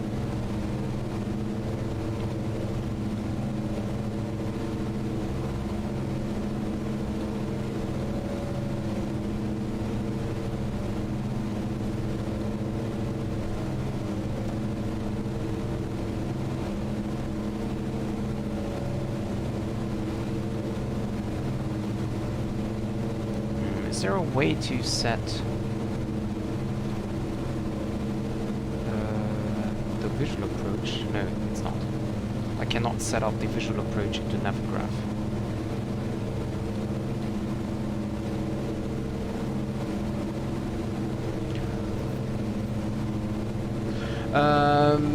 Well, the standard A320 is not really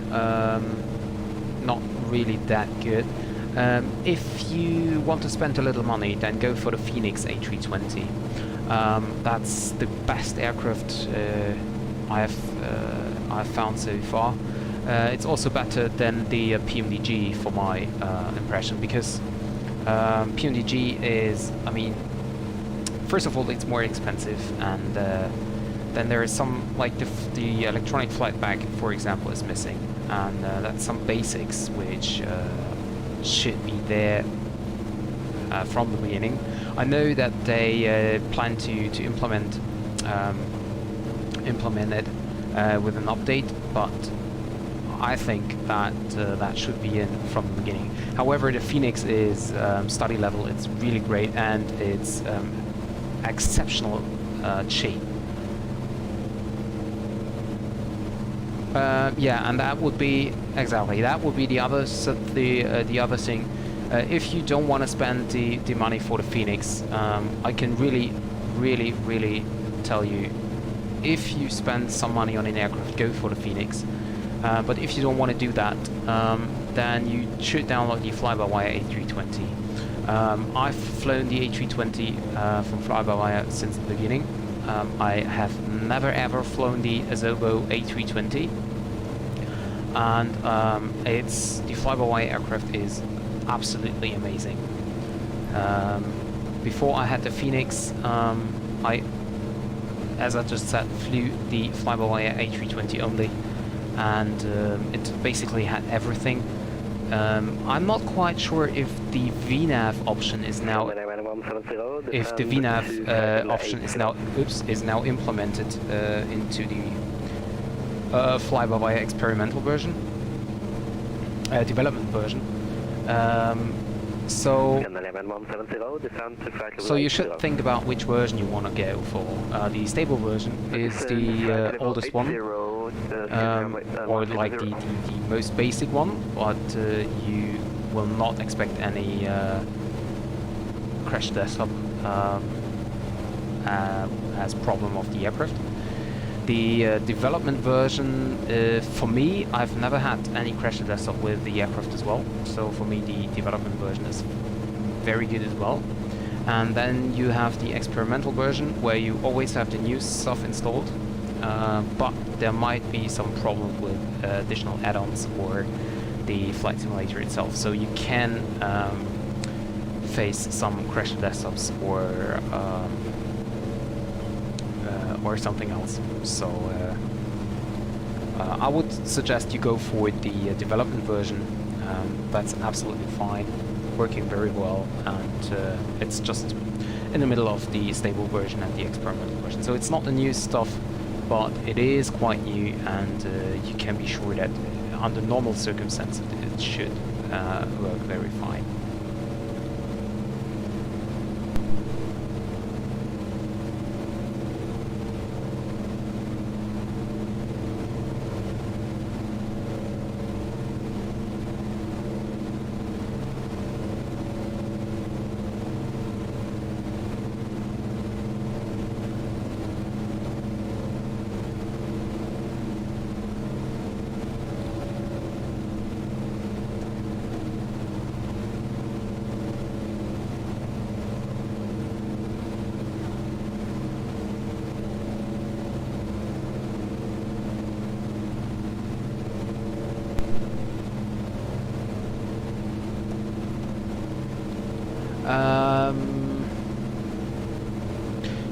Yeah, you can do that. I'm just not quite sure if it's worth it. You know, I'm not sure about the flight dynamics from the standard A320, so maybe you should Google a little bit about the flight dynamics of the standard A320, because of course the fly-by-wire is a little bit more in-depth concerning the systems. But if you're getting used to it from the beginning, at least you're not getting disappointed. and it's actually it's not really hard. There's tons of tutorials out there explaining on how to set everything up from cold and dark and stuff like that. So I don't think it's a need to go with your standard A320. But of course you can do that. I mean, it's basically no problem. H1021 via insert KLS approach runway 27. Report established. Descend 2,000 feet west inside clear at runway 27. Report established. QNH 1017. Getting on 170. 170. QNH 1021 and descend 6,000 feet. Confirm.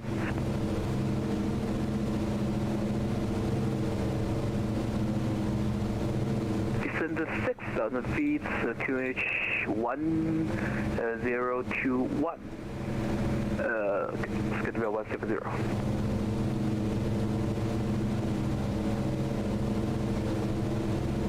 There is a Concorde going from Trondheim to Amsterdam.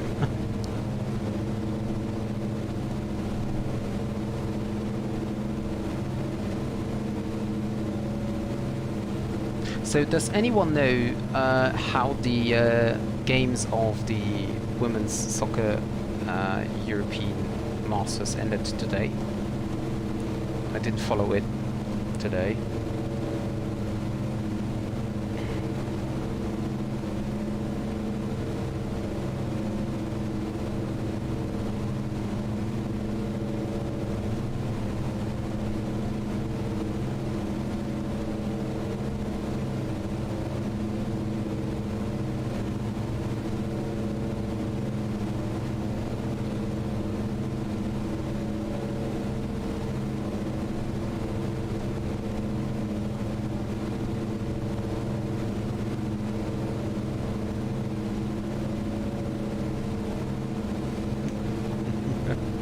Okay. So, actually, let me check when my top of descent should be. It should be after... Oh, wow.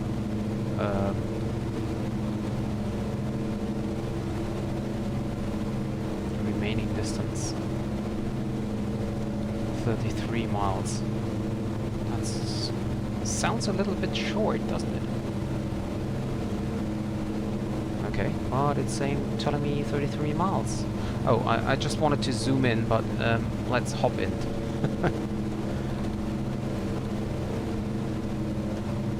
Ah, perfect, Jeremy, thank you.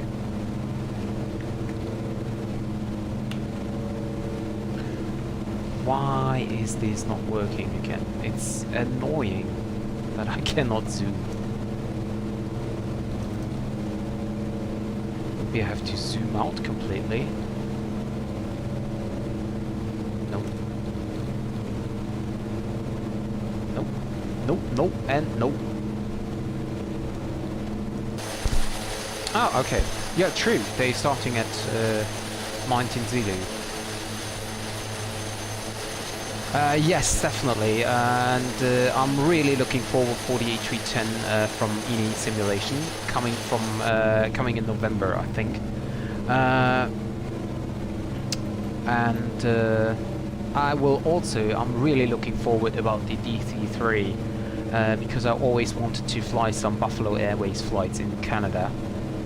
I don't know why, but that's something I always wanted to do, but there is no real DC-3 for the simulator. There's a freeware one, but the cockpit is just really basic, and yeah, but I definitely will fly the A310. It should be study level, and I will definitely fly some DHL from out of Leipzig, maybe.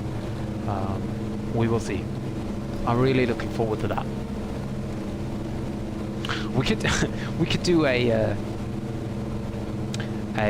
how's it called? Not ancient, but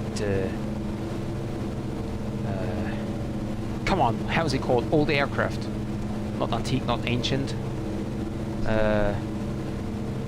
Retro? No. Come on, can't remember the word. Well, whatever.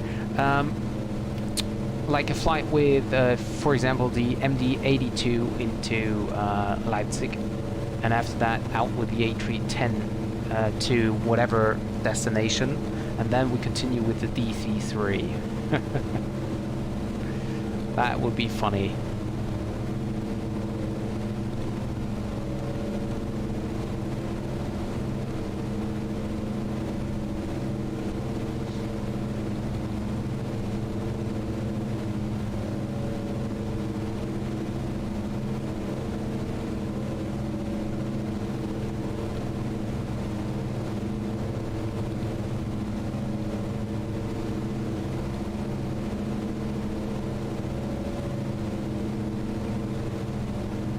And I was also, yeah, classic maybe. Classic is, well, the most fitting word there, I think. I was also thinking about streaming my some VFR flights. As I just said at the beginning, I'm currently doing a VFR route into Great Britain, as I just finished my Scandinavian tour. And I was thinking about streaming it. Sometimes, not every leg, but maybe something in between or so. But yeah, I'm not quite sure about that. I'll have a look on the mountains here. Scandinavian 170, wind 240 rates, 9 knots, runway 0, question 27, clear to land. Clear for land, Scandinavian 170.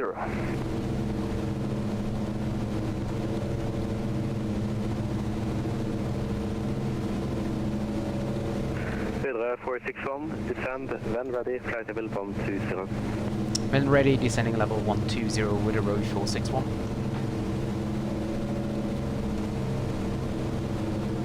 So I will start to descend a little bit earlier than just the 33 miles, because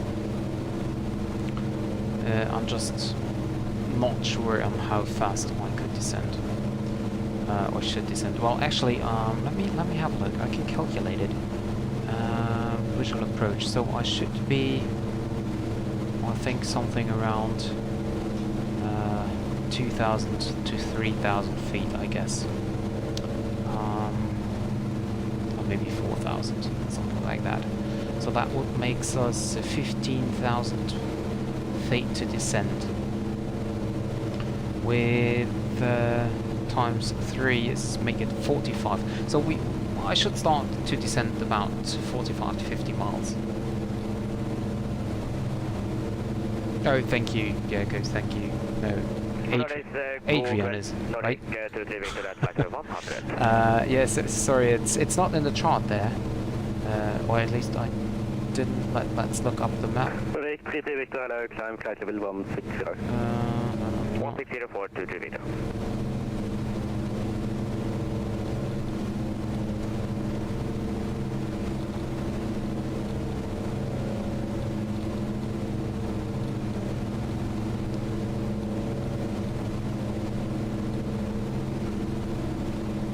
Okay. Marlov DME 5.9 TO. 5.9 DME.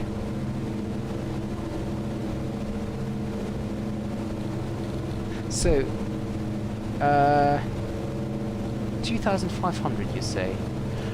If I have a look on the visual approach chart, I mean, I don't want to discuss with you, you're the controller here. It's in the chart, it's saying execute the approach so as to be established on final approach track outside runway 09 Marlov DME 5.9 TO. And if I have a look on the ILS chart for runway 09, it's telling me at DME 5.6 I should have 1,800 feet. So that makes it on DME 5.9 about 1,900 to 2,000. That's how I would understand it.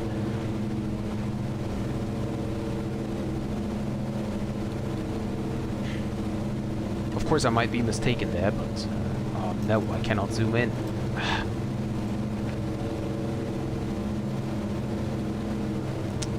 By the way, I just noticed that the 60 miles are to the airport, so we just start our descent right now.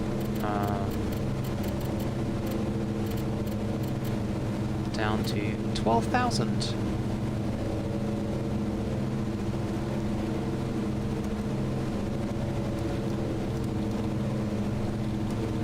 Where it is anyway, like 800 feet per minute.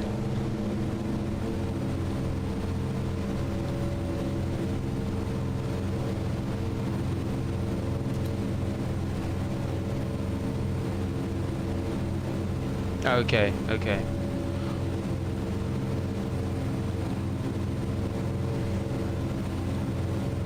I thought it's, yeah. Yeah, of course, we're talking about the visual approach. Yeah, of course, forget about it.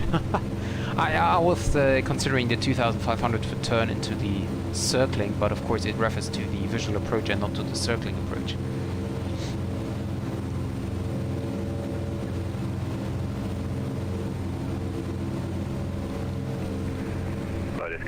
Jigsaw 1. Jigsaw 1 Polaris. Hello, Jigsaw 1 at Evenes, request startup, negative 5 down VFR, low navigation towards Alta. So decision height will be 2,100 and... Oh, I can zoom! I don't know why, but I can zoom again. Oh, that's so crazy. Could you start the descent, please? Oh yeah, you are. Okay, thank you. Yeah, it's quite windy. It's quite windy. And Jigsaw 1, just to verify VFR. Affirmative, VFR, Jigsaw 1. I don't know what is the GPS telling me about the distance here. Jigsaw 1, oh, it's Nelzy. Okay, okay, okay. It's Nelzy. So that's fine. Then I don't need to descend with like 1,000 feet. Ja, allerede touchet flightland, så du får ikke rifeiler. Ja, ok. Men jeg har VFR S35, Evenes, Evenes, via Alta, VFR. Nice. And the controller will get something to do very soon. There are 1, 2, 3, 4, 5, 6, 7, 8, 9, 10 flights coming from Keflavik to Pulkovo Pulkovo Airport in Russia. So that will cross Polaris soon. Yankee standard 46. Stand 36.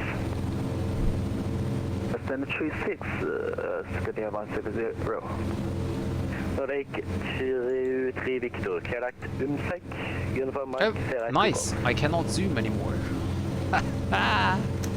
What is that? I don't know. Wait, is it maybe... Is it? No.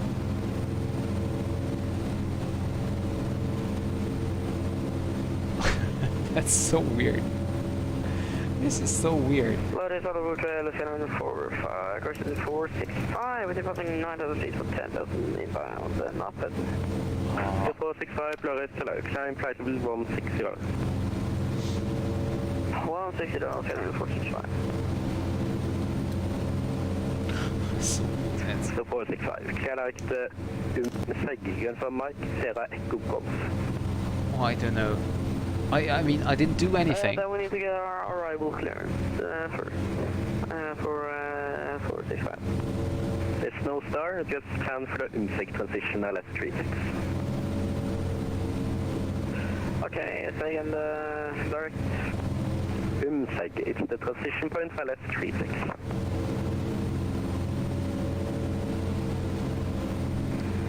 Jigsaw 1 ready for taxi, we are available to depart from Delta.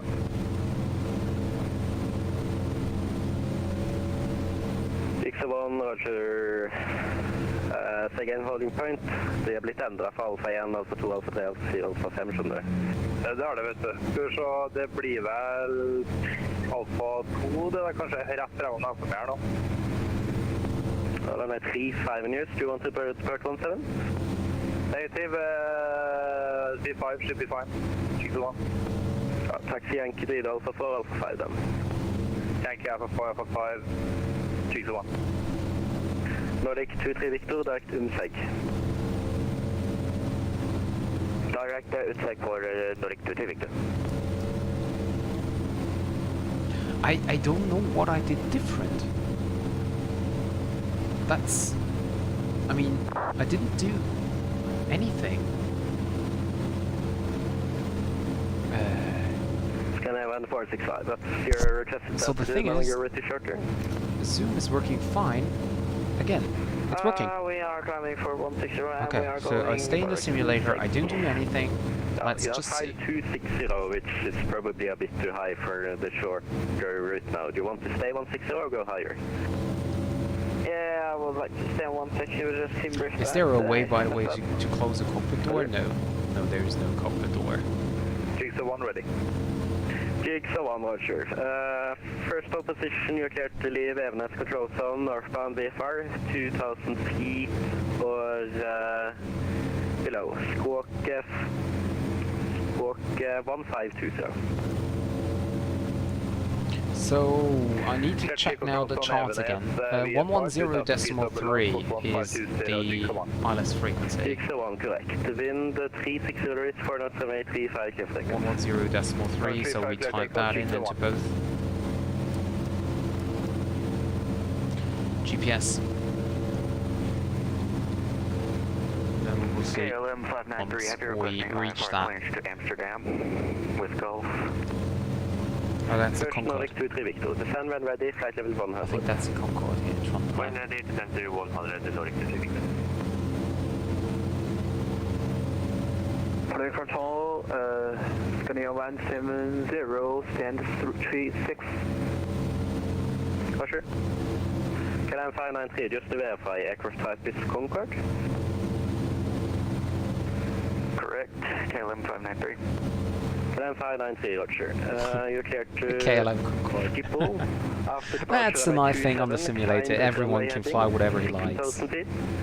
Squawk 5342.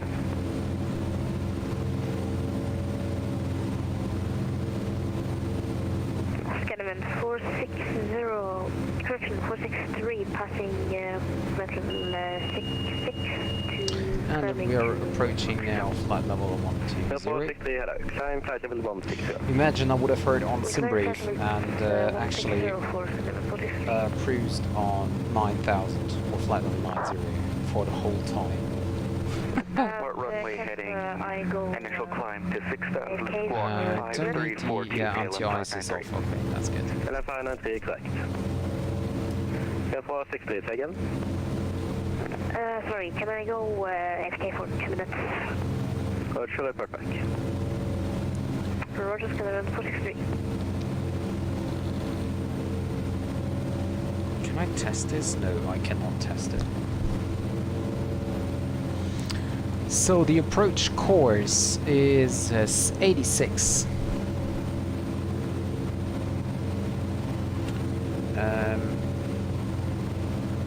Okay, let's tune that here.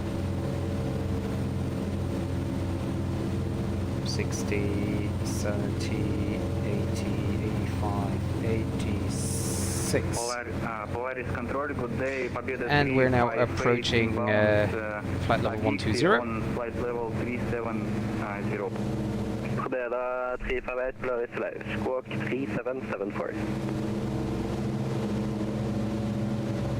Squawk 3774, Победа 358.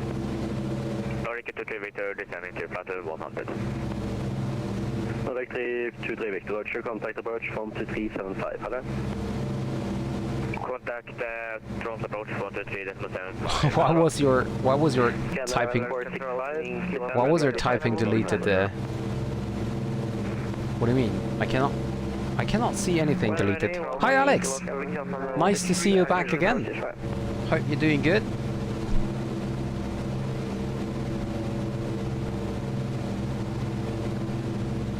Kilo Oscar Zulu Lima Oscar Victor, Polaris Live. Squawk 0232. 0232, Kilo Oscar.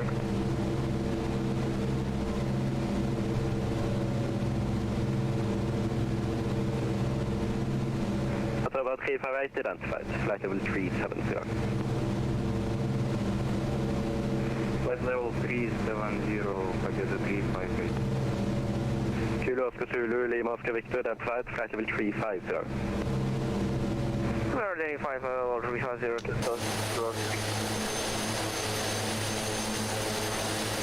Wideroe 461, descend 6,000 feet, QNH 1021. Descending 6,000 feet on the QNH 1021 for Wideroe 461, thank you. I was just about to tell him, Go 465, contact approach 123.75. or to ask for further descent. So, down 6,000. 465, contact approach 123.75. Descending with 800 feet, that should be enough, I hope. Reduce the thrust a little bit. Sandane 465. Canada 465. Approach 123.75. Nope. Thank you, Jeremy.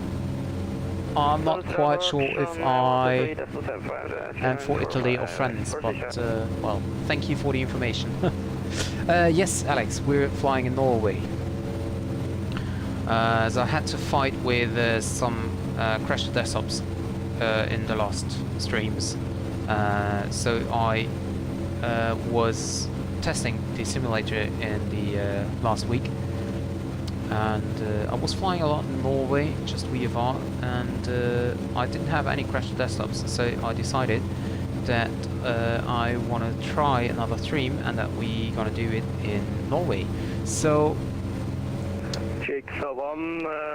there are now two possibilities. First one is it's a problem of the streaming software. The second one is that it's some scenery in the Mediterranean area, and we are in Norway far away enough so that the scenery is not loaded, and therefore there is no crash desktop. But I have no idea yet, and I'm still not willing to reinstall the whole simulator. I tried a lot of stuff with sounds and registry entries and everything, deinstalling some sound drivers, reinstalling the newest graphic drivers, older graphic drivers, and yeah. Yeah, I was not surprised. There is a I just forgot that I was on a localizer approach instead of with the ILS, and that's why I was surprised. But yeah, that's right. And you know what? That happened to me. That happened to me again. Wow, 2-0. Okay, that's great. I think I'm more for France than for Italy. But yeah.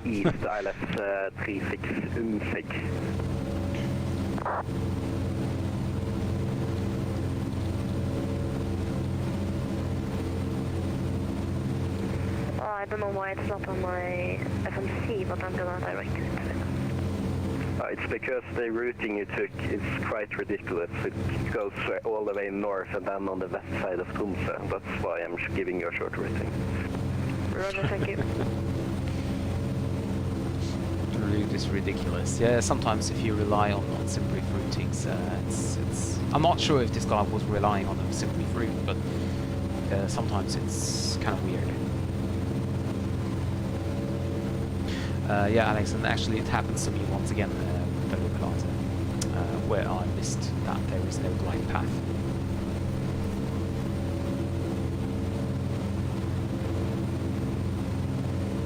Was meinst du mit Eigenwerbung?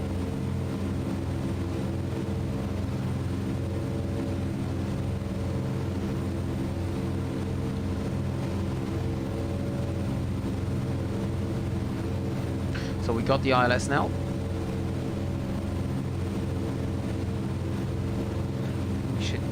Descend a little bit faster, I think.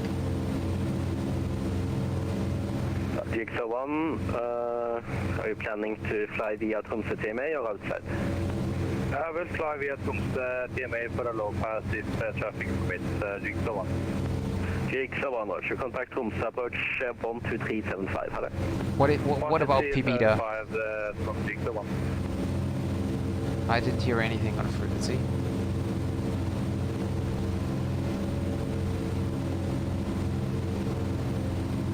Skeleton 460, request descent. Go 463, descent flight level 100. just read 100 63, contact room suburb. Nee, mache ich gar nicht.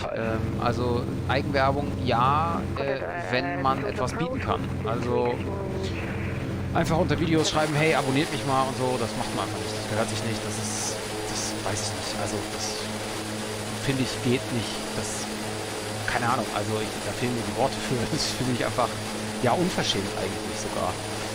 Während, wenn ich jetzt, also was ich zum Beispiel manchmal mache, ist, wenn ich bei wem anders in einem Stream bin und da, was für sich existiert, irgendeine Frage zu oder sowas, dann kann ich durchaus mal sagen, ja, hier, ich habe das, so und so funktioniert das, so und so kann man das machen, du kannst bei mir mal auf dem Kanal gucken, dann, da siehst du, da habe ich schon ein Video dazu. Sowas ist okay, finde ich. Aber einfach ohne was zu leisten. Descending 5000, 461.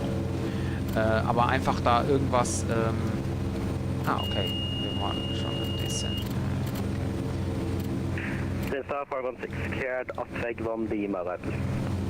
So now I have the same. Okay. There we go. But ja, also einfach irgendwas einfach so drunter schreiben, hier abonniert mich mal oder hey, ich bin auch was weiß ich, ein Streamer, abonniert mich mal und so. Also das weiß ich nicht, das gehört sich nicht. Mache ich auch nicht.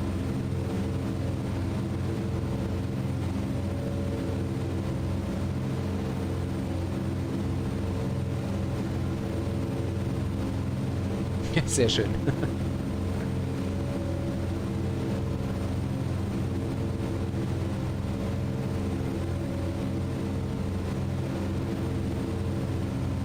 So, do I have a distance now?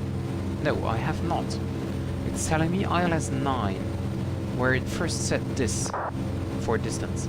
And now it's telling me the locator, TO, the airport, ILS 9, but there is no distance. I have no idea on how far I'm out on the ILS. 461, descend 3,500 feet, report ready for visual. Descending 3,500 and we will report ready for visual with a Wideroe 461. So that's the problem. I don't have any information about the ILS. No, that's KLM 593, departure, airport, nearest airport, com setup.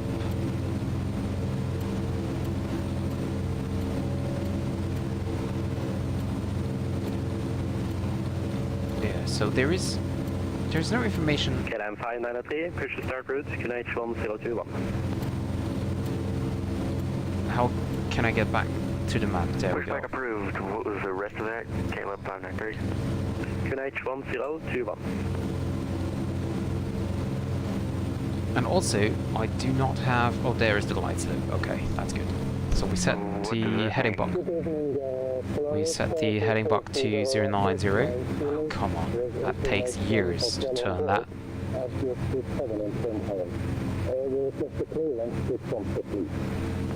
Videre 1 kilo, blurry, visibility 1, check your microphone. KLM 593, means your altimeter setting, QH 101... 1021, I need to set that as well, by the way. Urgently. Inches or something in the US. And let's see if this is set up here as well. 1021. It's now set. It's a pretty basic thing that you need to be flying. Okay. It's to differentiate between feet and flight level. Passing now 4,500, 1,000 to go. And let's check if we have the upward in sight. No, not yet. I just typed in, by the way, the ILS to make sure that we are approaching, because we're doing, of course, the visual approach. I just need to have the airport in sight, which is a little bit difficult because it's on the right side and we have a cloud here. But it should be somewhere down there, I think. Not sure though.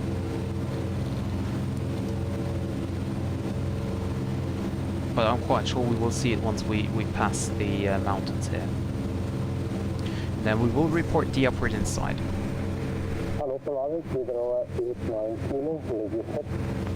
We're at 9 kilo, we'll be built T2. Not sure how to describe it, it sounds like a microphone in the SIM inside you or something. No, it sounds as if he ate his microphone. Ja. Ja, das kenne ich, das kenne ich. So we're in the 461, descend 2,700 feet. descending 2,700 with a road 461. Yeah, sorry, we're in the middle of a cloud here, so we don't have any airport inside. Roger. After Mala, we can route direct to field. After Malov, direct to the field for Wideroe 461, thank you.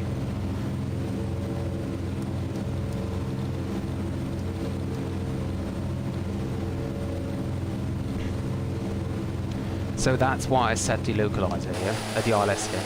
So, there is the airport. There is the airport. Now we can report airport inside. And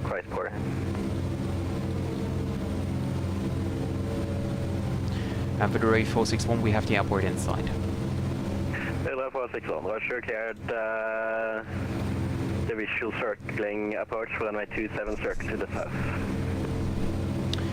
Plate 4 visual approach 09 circling 27 south of the airport, so Wideroe 461.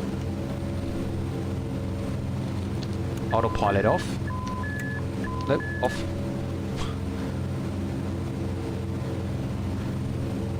Alex, I'm not quite sure about the meaning of pack without any...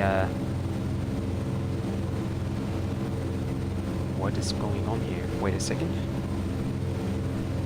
Wideroe 461, you cleared unrestricted descent to south. No restricted descent from Wideroe 461, thank you. Why is the aircraft... Something is weird here.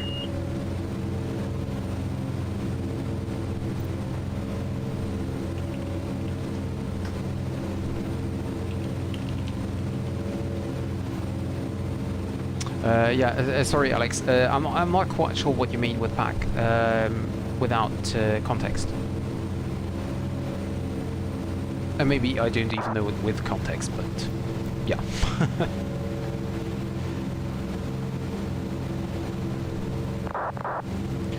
So it's really weird here. We need somewhat more trim, as it's still the aircraft is still trimmed for the descent. But Poppy says we're fine here. 2 red, 2 white, as far as I can see it right now. Oh, we have 3 red now. Yeah, that sounds better, David. Request squawk, please. Squawk 4627. Squawk 4627, Sibir 2505.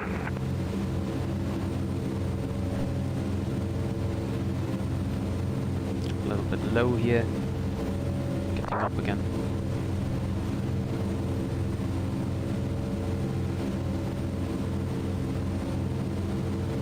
And we're braking now off to the right side. I do it a little bit... Siberian 2505, identified, flight level 370. We do it a little bit further here, as I want to see if I can find any circling lights. We can set flaps 10 now. Obviously, gear is down already. Who would have thought that? We can now set the propeller feather to the RPM to maximum. There is a red beacon. No, it's not a beacon, it's a red light. But there should be a hazard beacon somewhere. I cannot find the hazard beacon, but that should be a light for the circling approach, I think. Wideroe 461, wind 230, 9 knots, runway 27, clear to land. Clear land 27, Wideroe 461, thank you.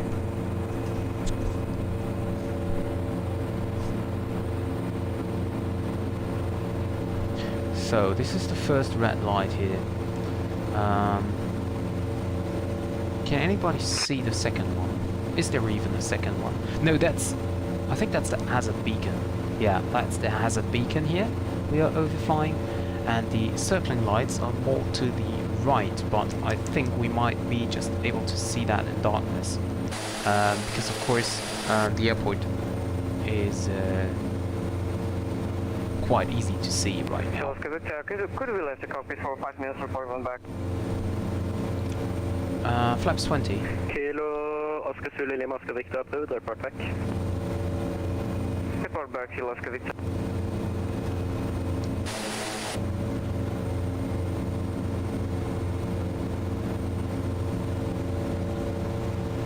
Flaps 20.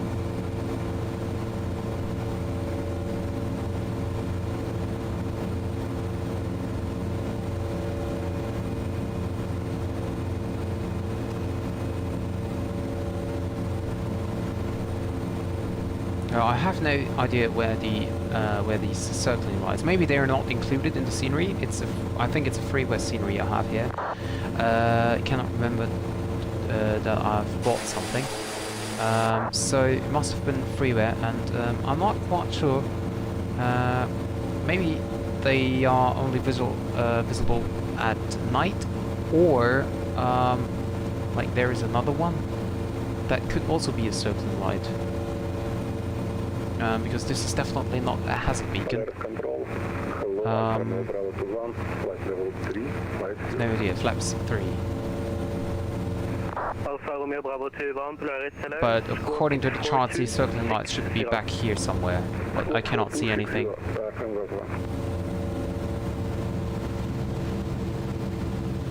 Trophy, we will see. Aerosoft 601 group today.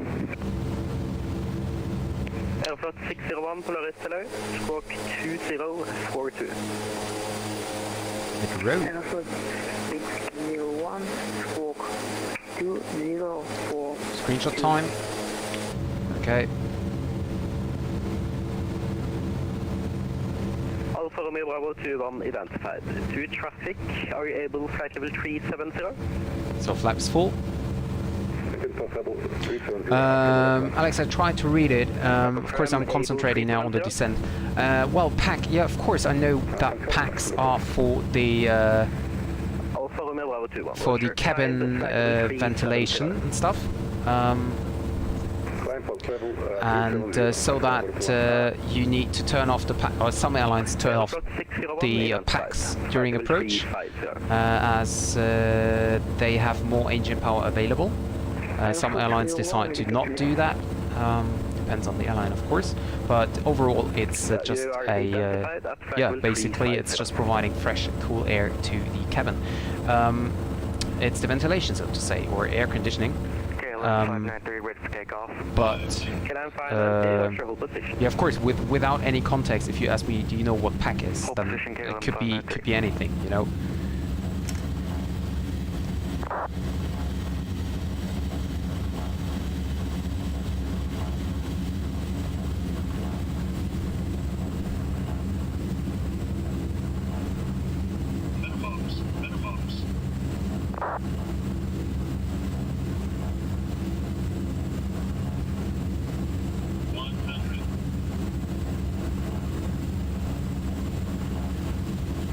Alpha 16, contact Tromsø approach 123.75, bye-bye.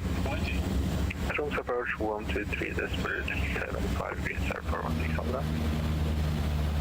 KLM 593, land up and wait, runway 27. Line up and wait, runway 27, KLM 593.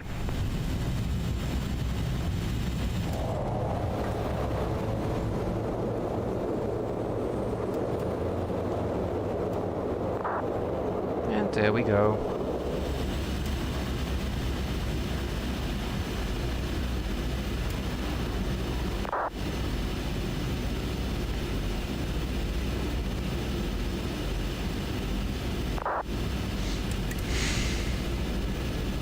Wideroe 461, taxi Yankee, hotel stand 29er.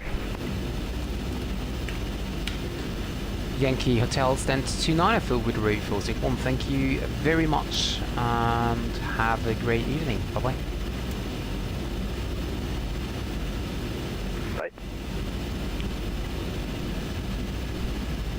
just locating here via Alpha 6. I hope that was right. I don't have the ground charts open yet.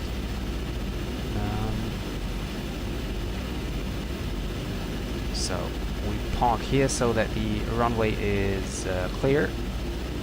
And now we can set the transponder mode to standby. 903, wind 240, Flaps up. 927 for takeoff. Landing lights off. Clear for takeoff, runway Strobe 27, lights KLM off. 593. NTI is not needed. Nothing's on. Step off. Strobe lights off. Reading lights can be turned off now. And we can have a look on the departing aircraft, A330 or what it was. Will be about 358, no further to see, switch will come on to do that flight, alright? Unicom 122.8, bye-bye, Победа 358. Departing into the sunset here.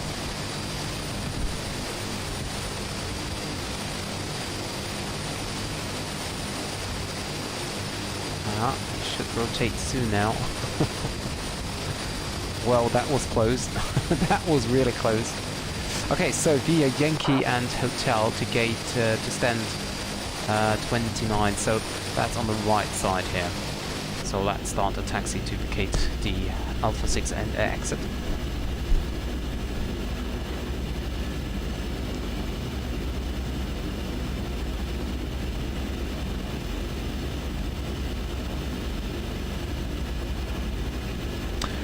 Trophy, I can tell you, yeah, I think, yeah, 170 was the last. Let me check in the chat, because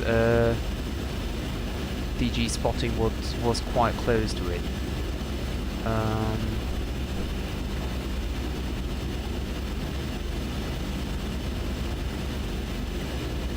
Climb 593, identified. Climb flight level 500. I think direct DG spotting on said something around minus 175 and it was 100. Yeah, he said 176 and it was 170.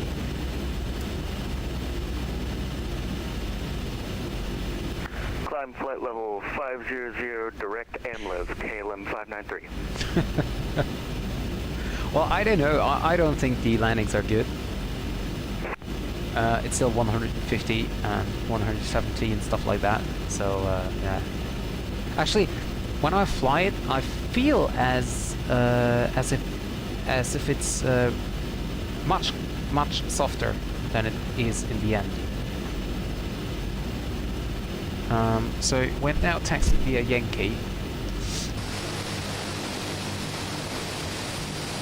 Very nice little airport here.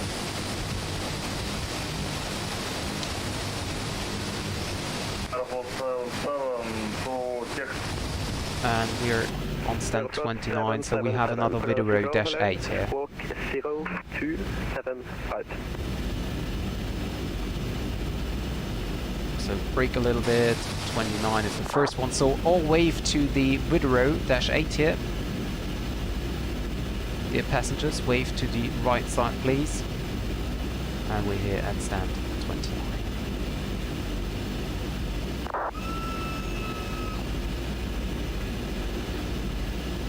Aeroflot 777, squawk 075. And there we go. Parking brake set. Brakes release.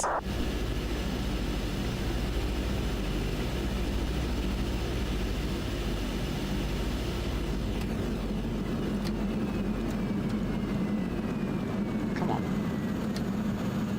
Unfortunately, I didn't record the landing here, but well, as usual, something I forget every time. So yeah.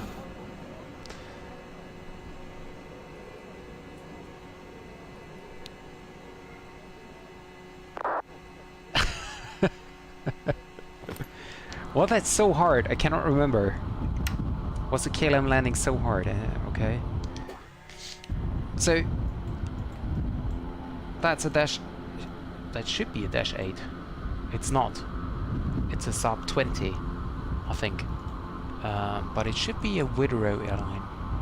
Oscar Victor in the cabin. It is. And it should be an -8. Oscar Zulu Lima Oscar Victor, Roger. There's no That's further weird. DC now, so you can come on to do that flight. Bye-bye. 22 decimal 8, bye-bye. Thank you. Oscar. That looks really weird. I think he just chose the wrong model here because it's not really a -8 here. And I think, oh, have a look. Have a look at that. Yeah, maybe I forgot that landing because it was so hard.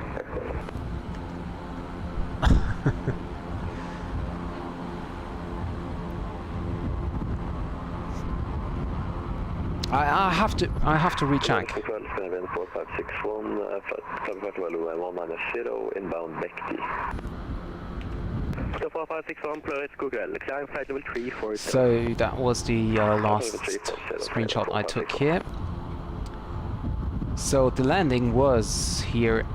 It's well, Volanta tells me it's 199. Was it really 199 feet per minute? I thought it was like 157. Okay, Trophy, thank you for tuning in, and get well soon. Thank you.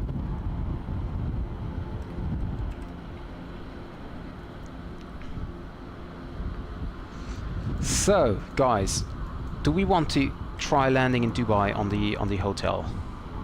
I'm not even sure if it's possible to land there. Do we want to do that?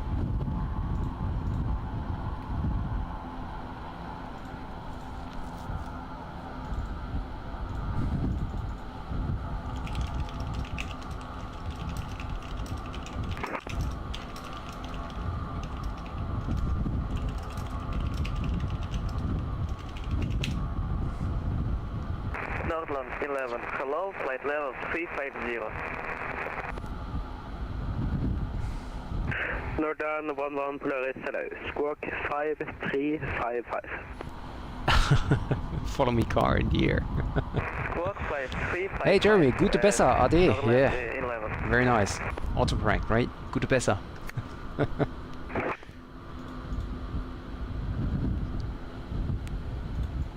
Okay, so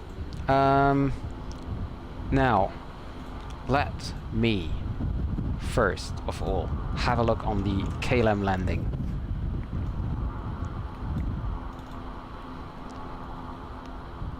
I want to see that first.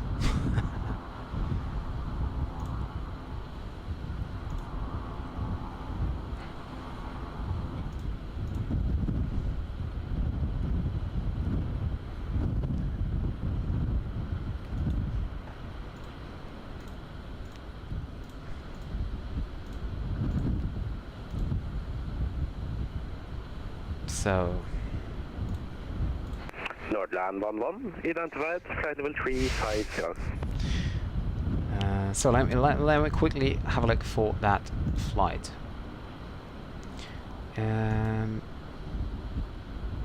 Okay, there we got it. So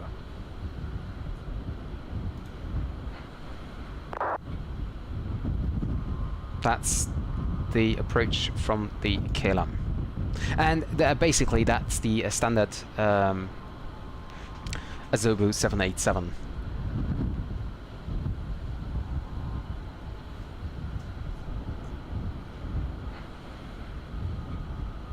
So I'm really curious about that.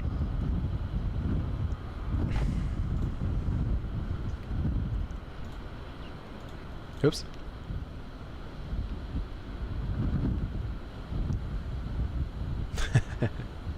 Yeah, Jeremy, in the stream you reminded me to record my landing. You didn't do that today.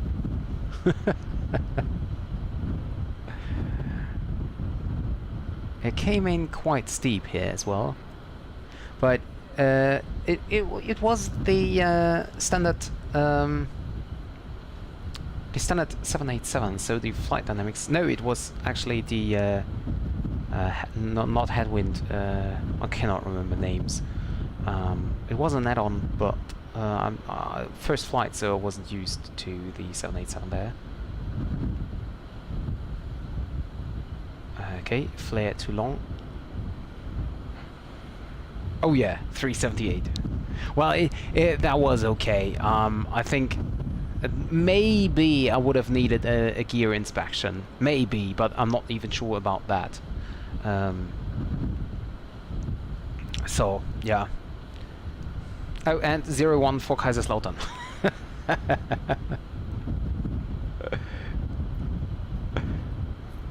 Well, but yeah, you know, that's a little bit. I'm more into flying, you know, not landing. Okay, so let's quickly try to get to Dubai, and I'm not even sure if it's possible to land there at all. So let's quickly have a look.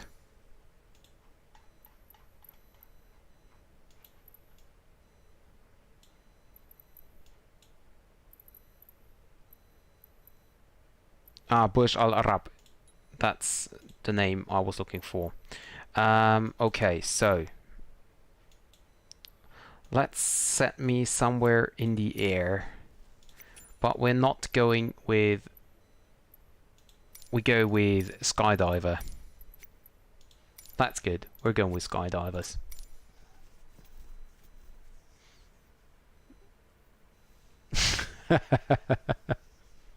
I'm not sure. I might have done a 787 flight into Montreal. I'm not sure if I indeed did that.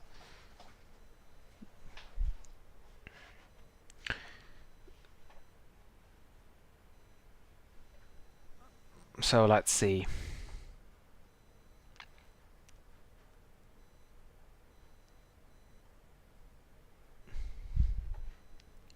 Skydiver. Can I? No. I just have the come on. I just have the Aerosoft Twin Otter package. So I have basically every aircraft what it's included there. 50 for friends. I cannot remember that you informed me about 3, 4, and 50.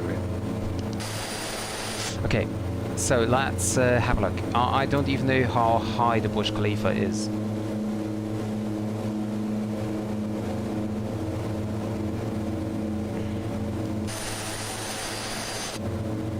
No, the Burj Khalifa is the very high building. This one. That's the Burj Khalifa. Where is the hotel? Okay, you know what? I'm not. Let's move forward. Ah, there it is. Because I do not have so much time left.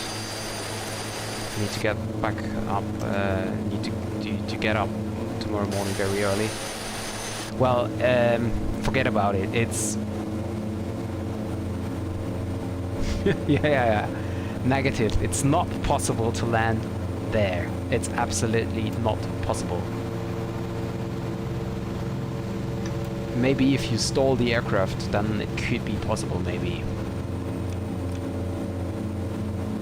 But it won't be possible. It's too small, even for the Twin Otter.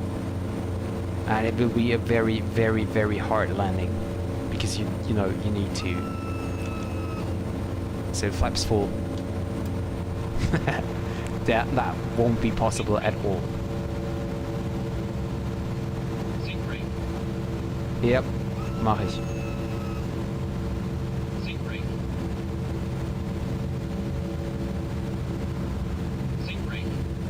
Yeah, and I'm way too fast here, so let's cheat again.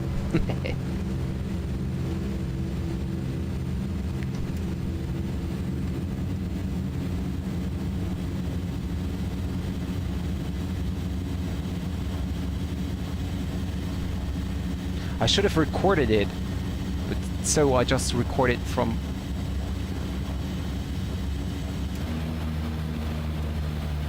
And... Nope. No! What's going on?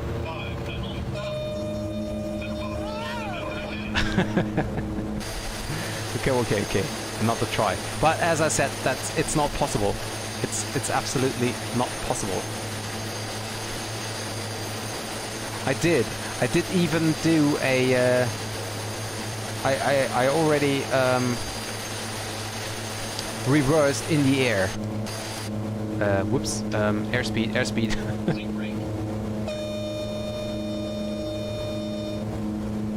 I need airspeed, airspeed, airspeed building.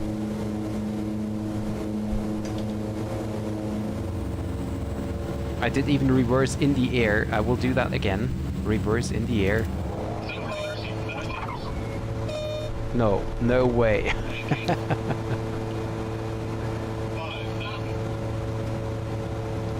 Cheerio. Okay, one last try. One last try. I need to get... need to get a little higher to catch myself again.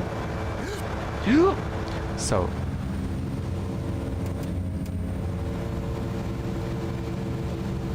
Okay, one last try. No, it's not possible because the like, I mean, I can try to do something else. Activate the parking brake here as well. I always come in too far to the left. I don't know why. It's like there is a magnet following me to the right. Can't do anything about it. So I'm still having 80 knots. Now that's way too fast. No, no, no. Can't forget it. It's way too fast. Way too fast here.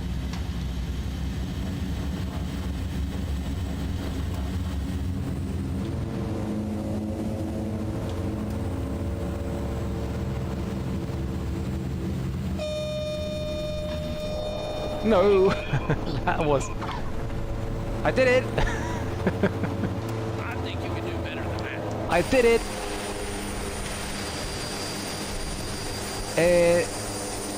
Okay. Okay. Connor, I want one normal landing. Like, I want to get onto the platform in the middle and not always on the left side.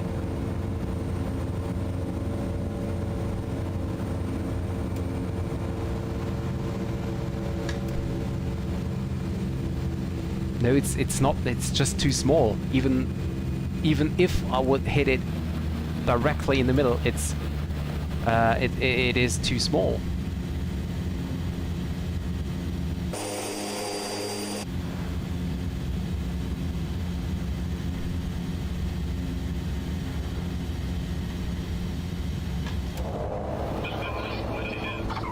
I don't even know why I cannot reduce the speed further.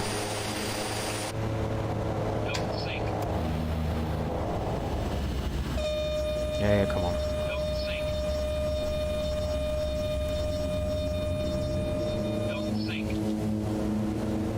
Where is the platform?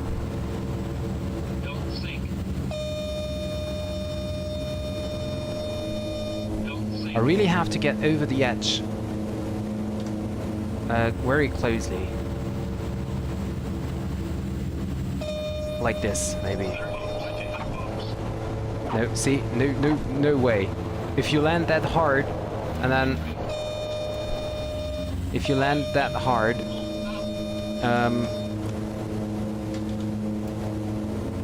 then the aircraft will bounce as well, so... No way. No way to do that.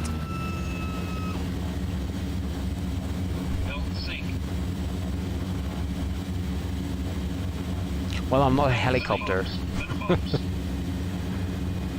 I'm not a helicopter.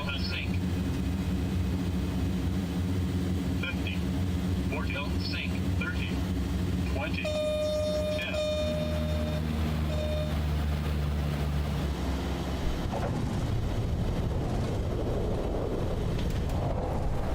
down. That was close.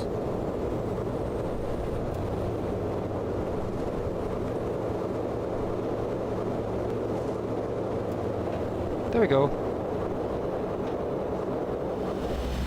Where am I?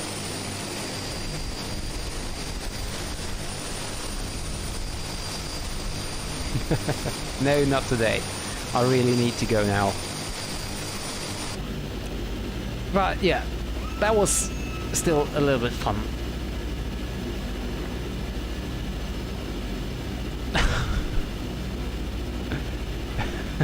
Jeremy. Okay, so I now really need to go, and I did try to land there. It was not possible at all. I always had a landing rate of more than 1,000 feet per minute. So yeah. By the way, the last landing on the beach was 48 feet per minute. So that was a butter landing, basically. Okay, so guys, that was the stream for today. So we went from Bergen to Sandane to Trondheim and then to Dubai. Very fast hop over there.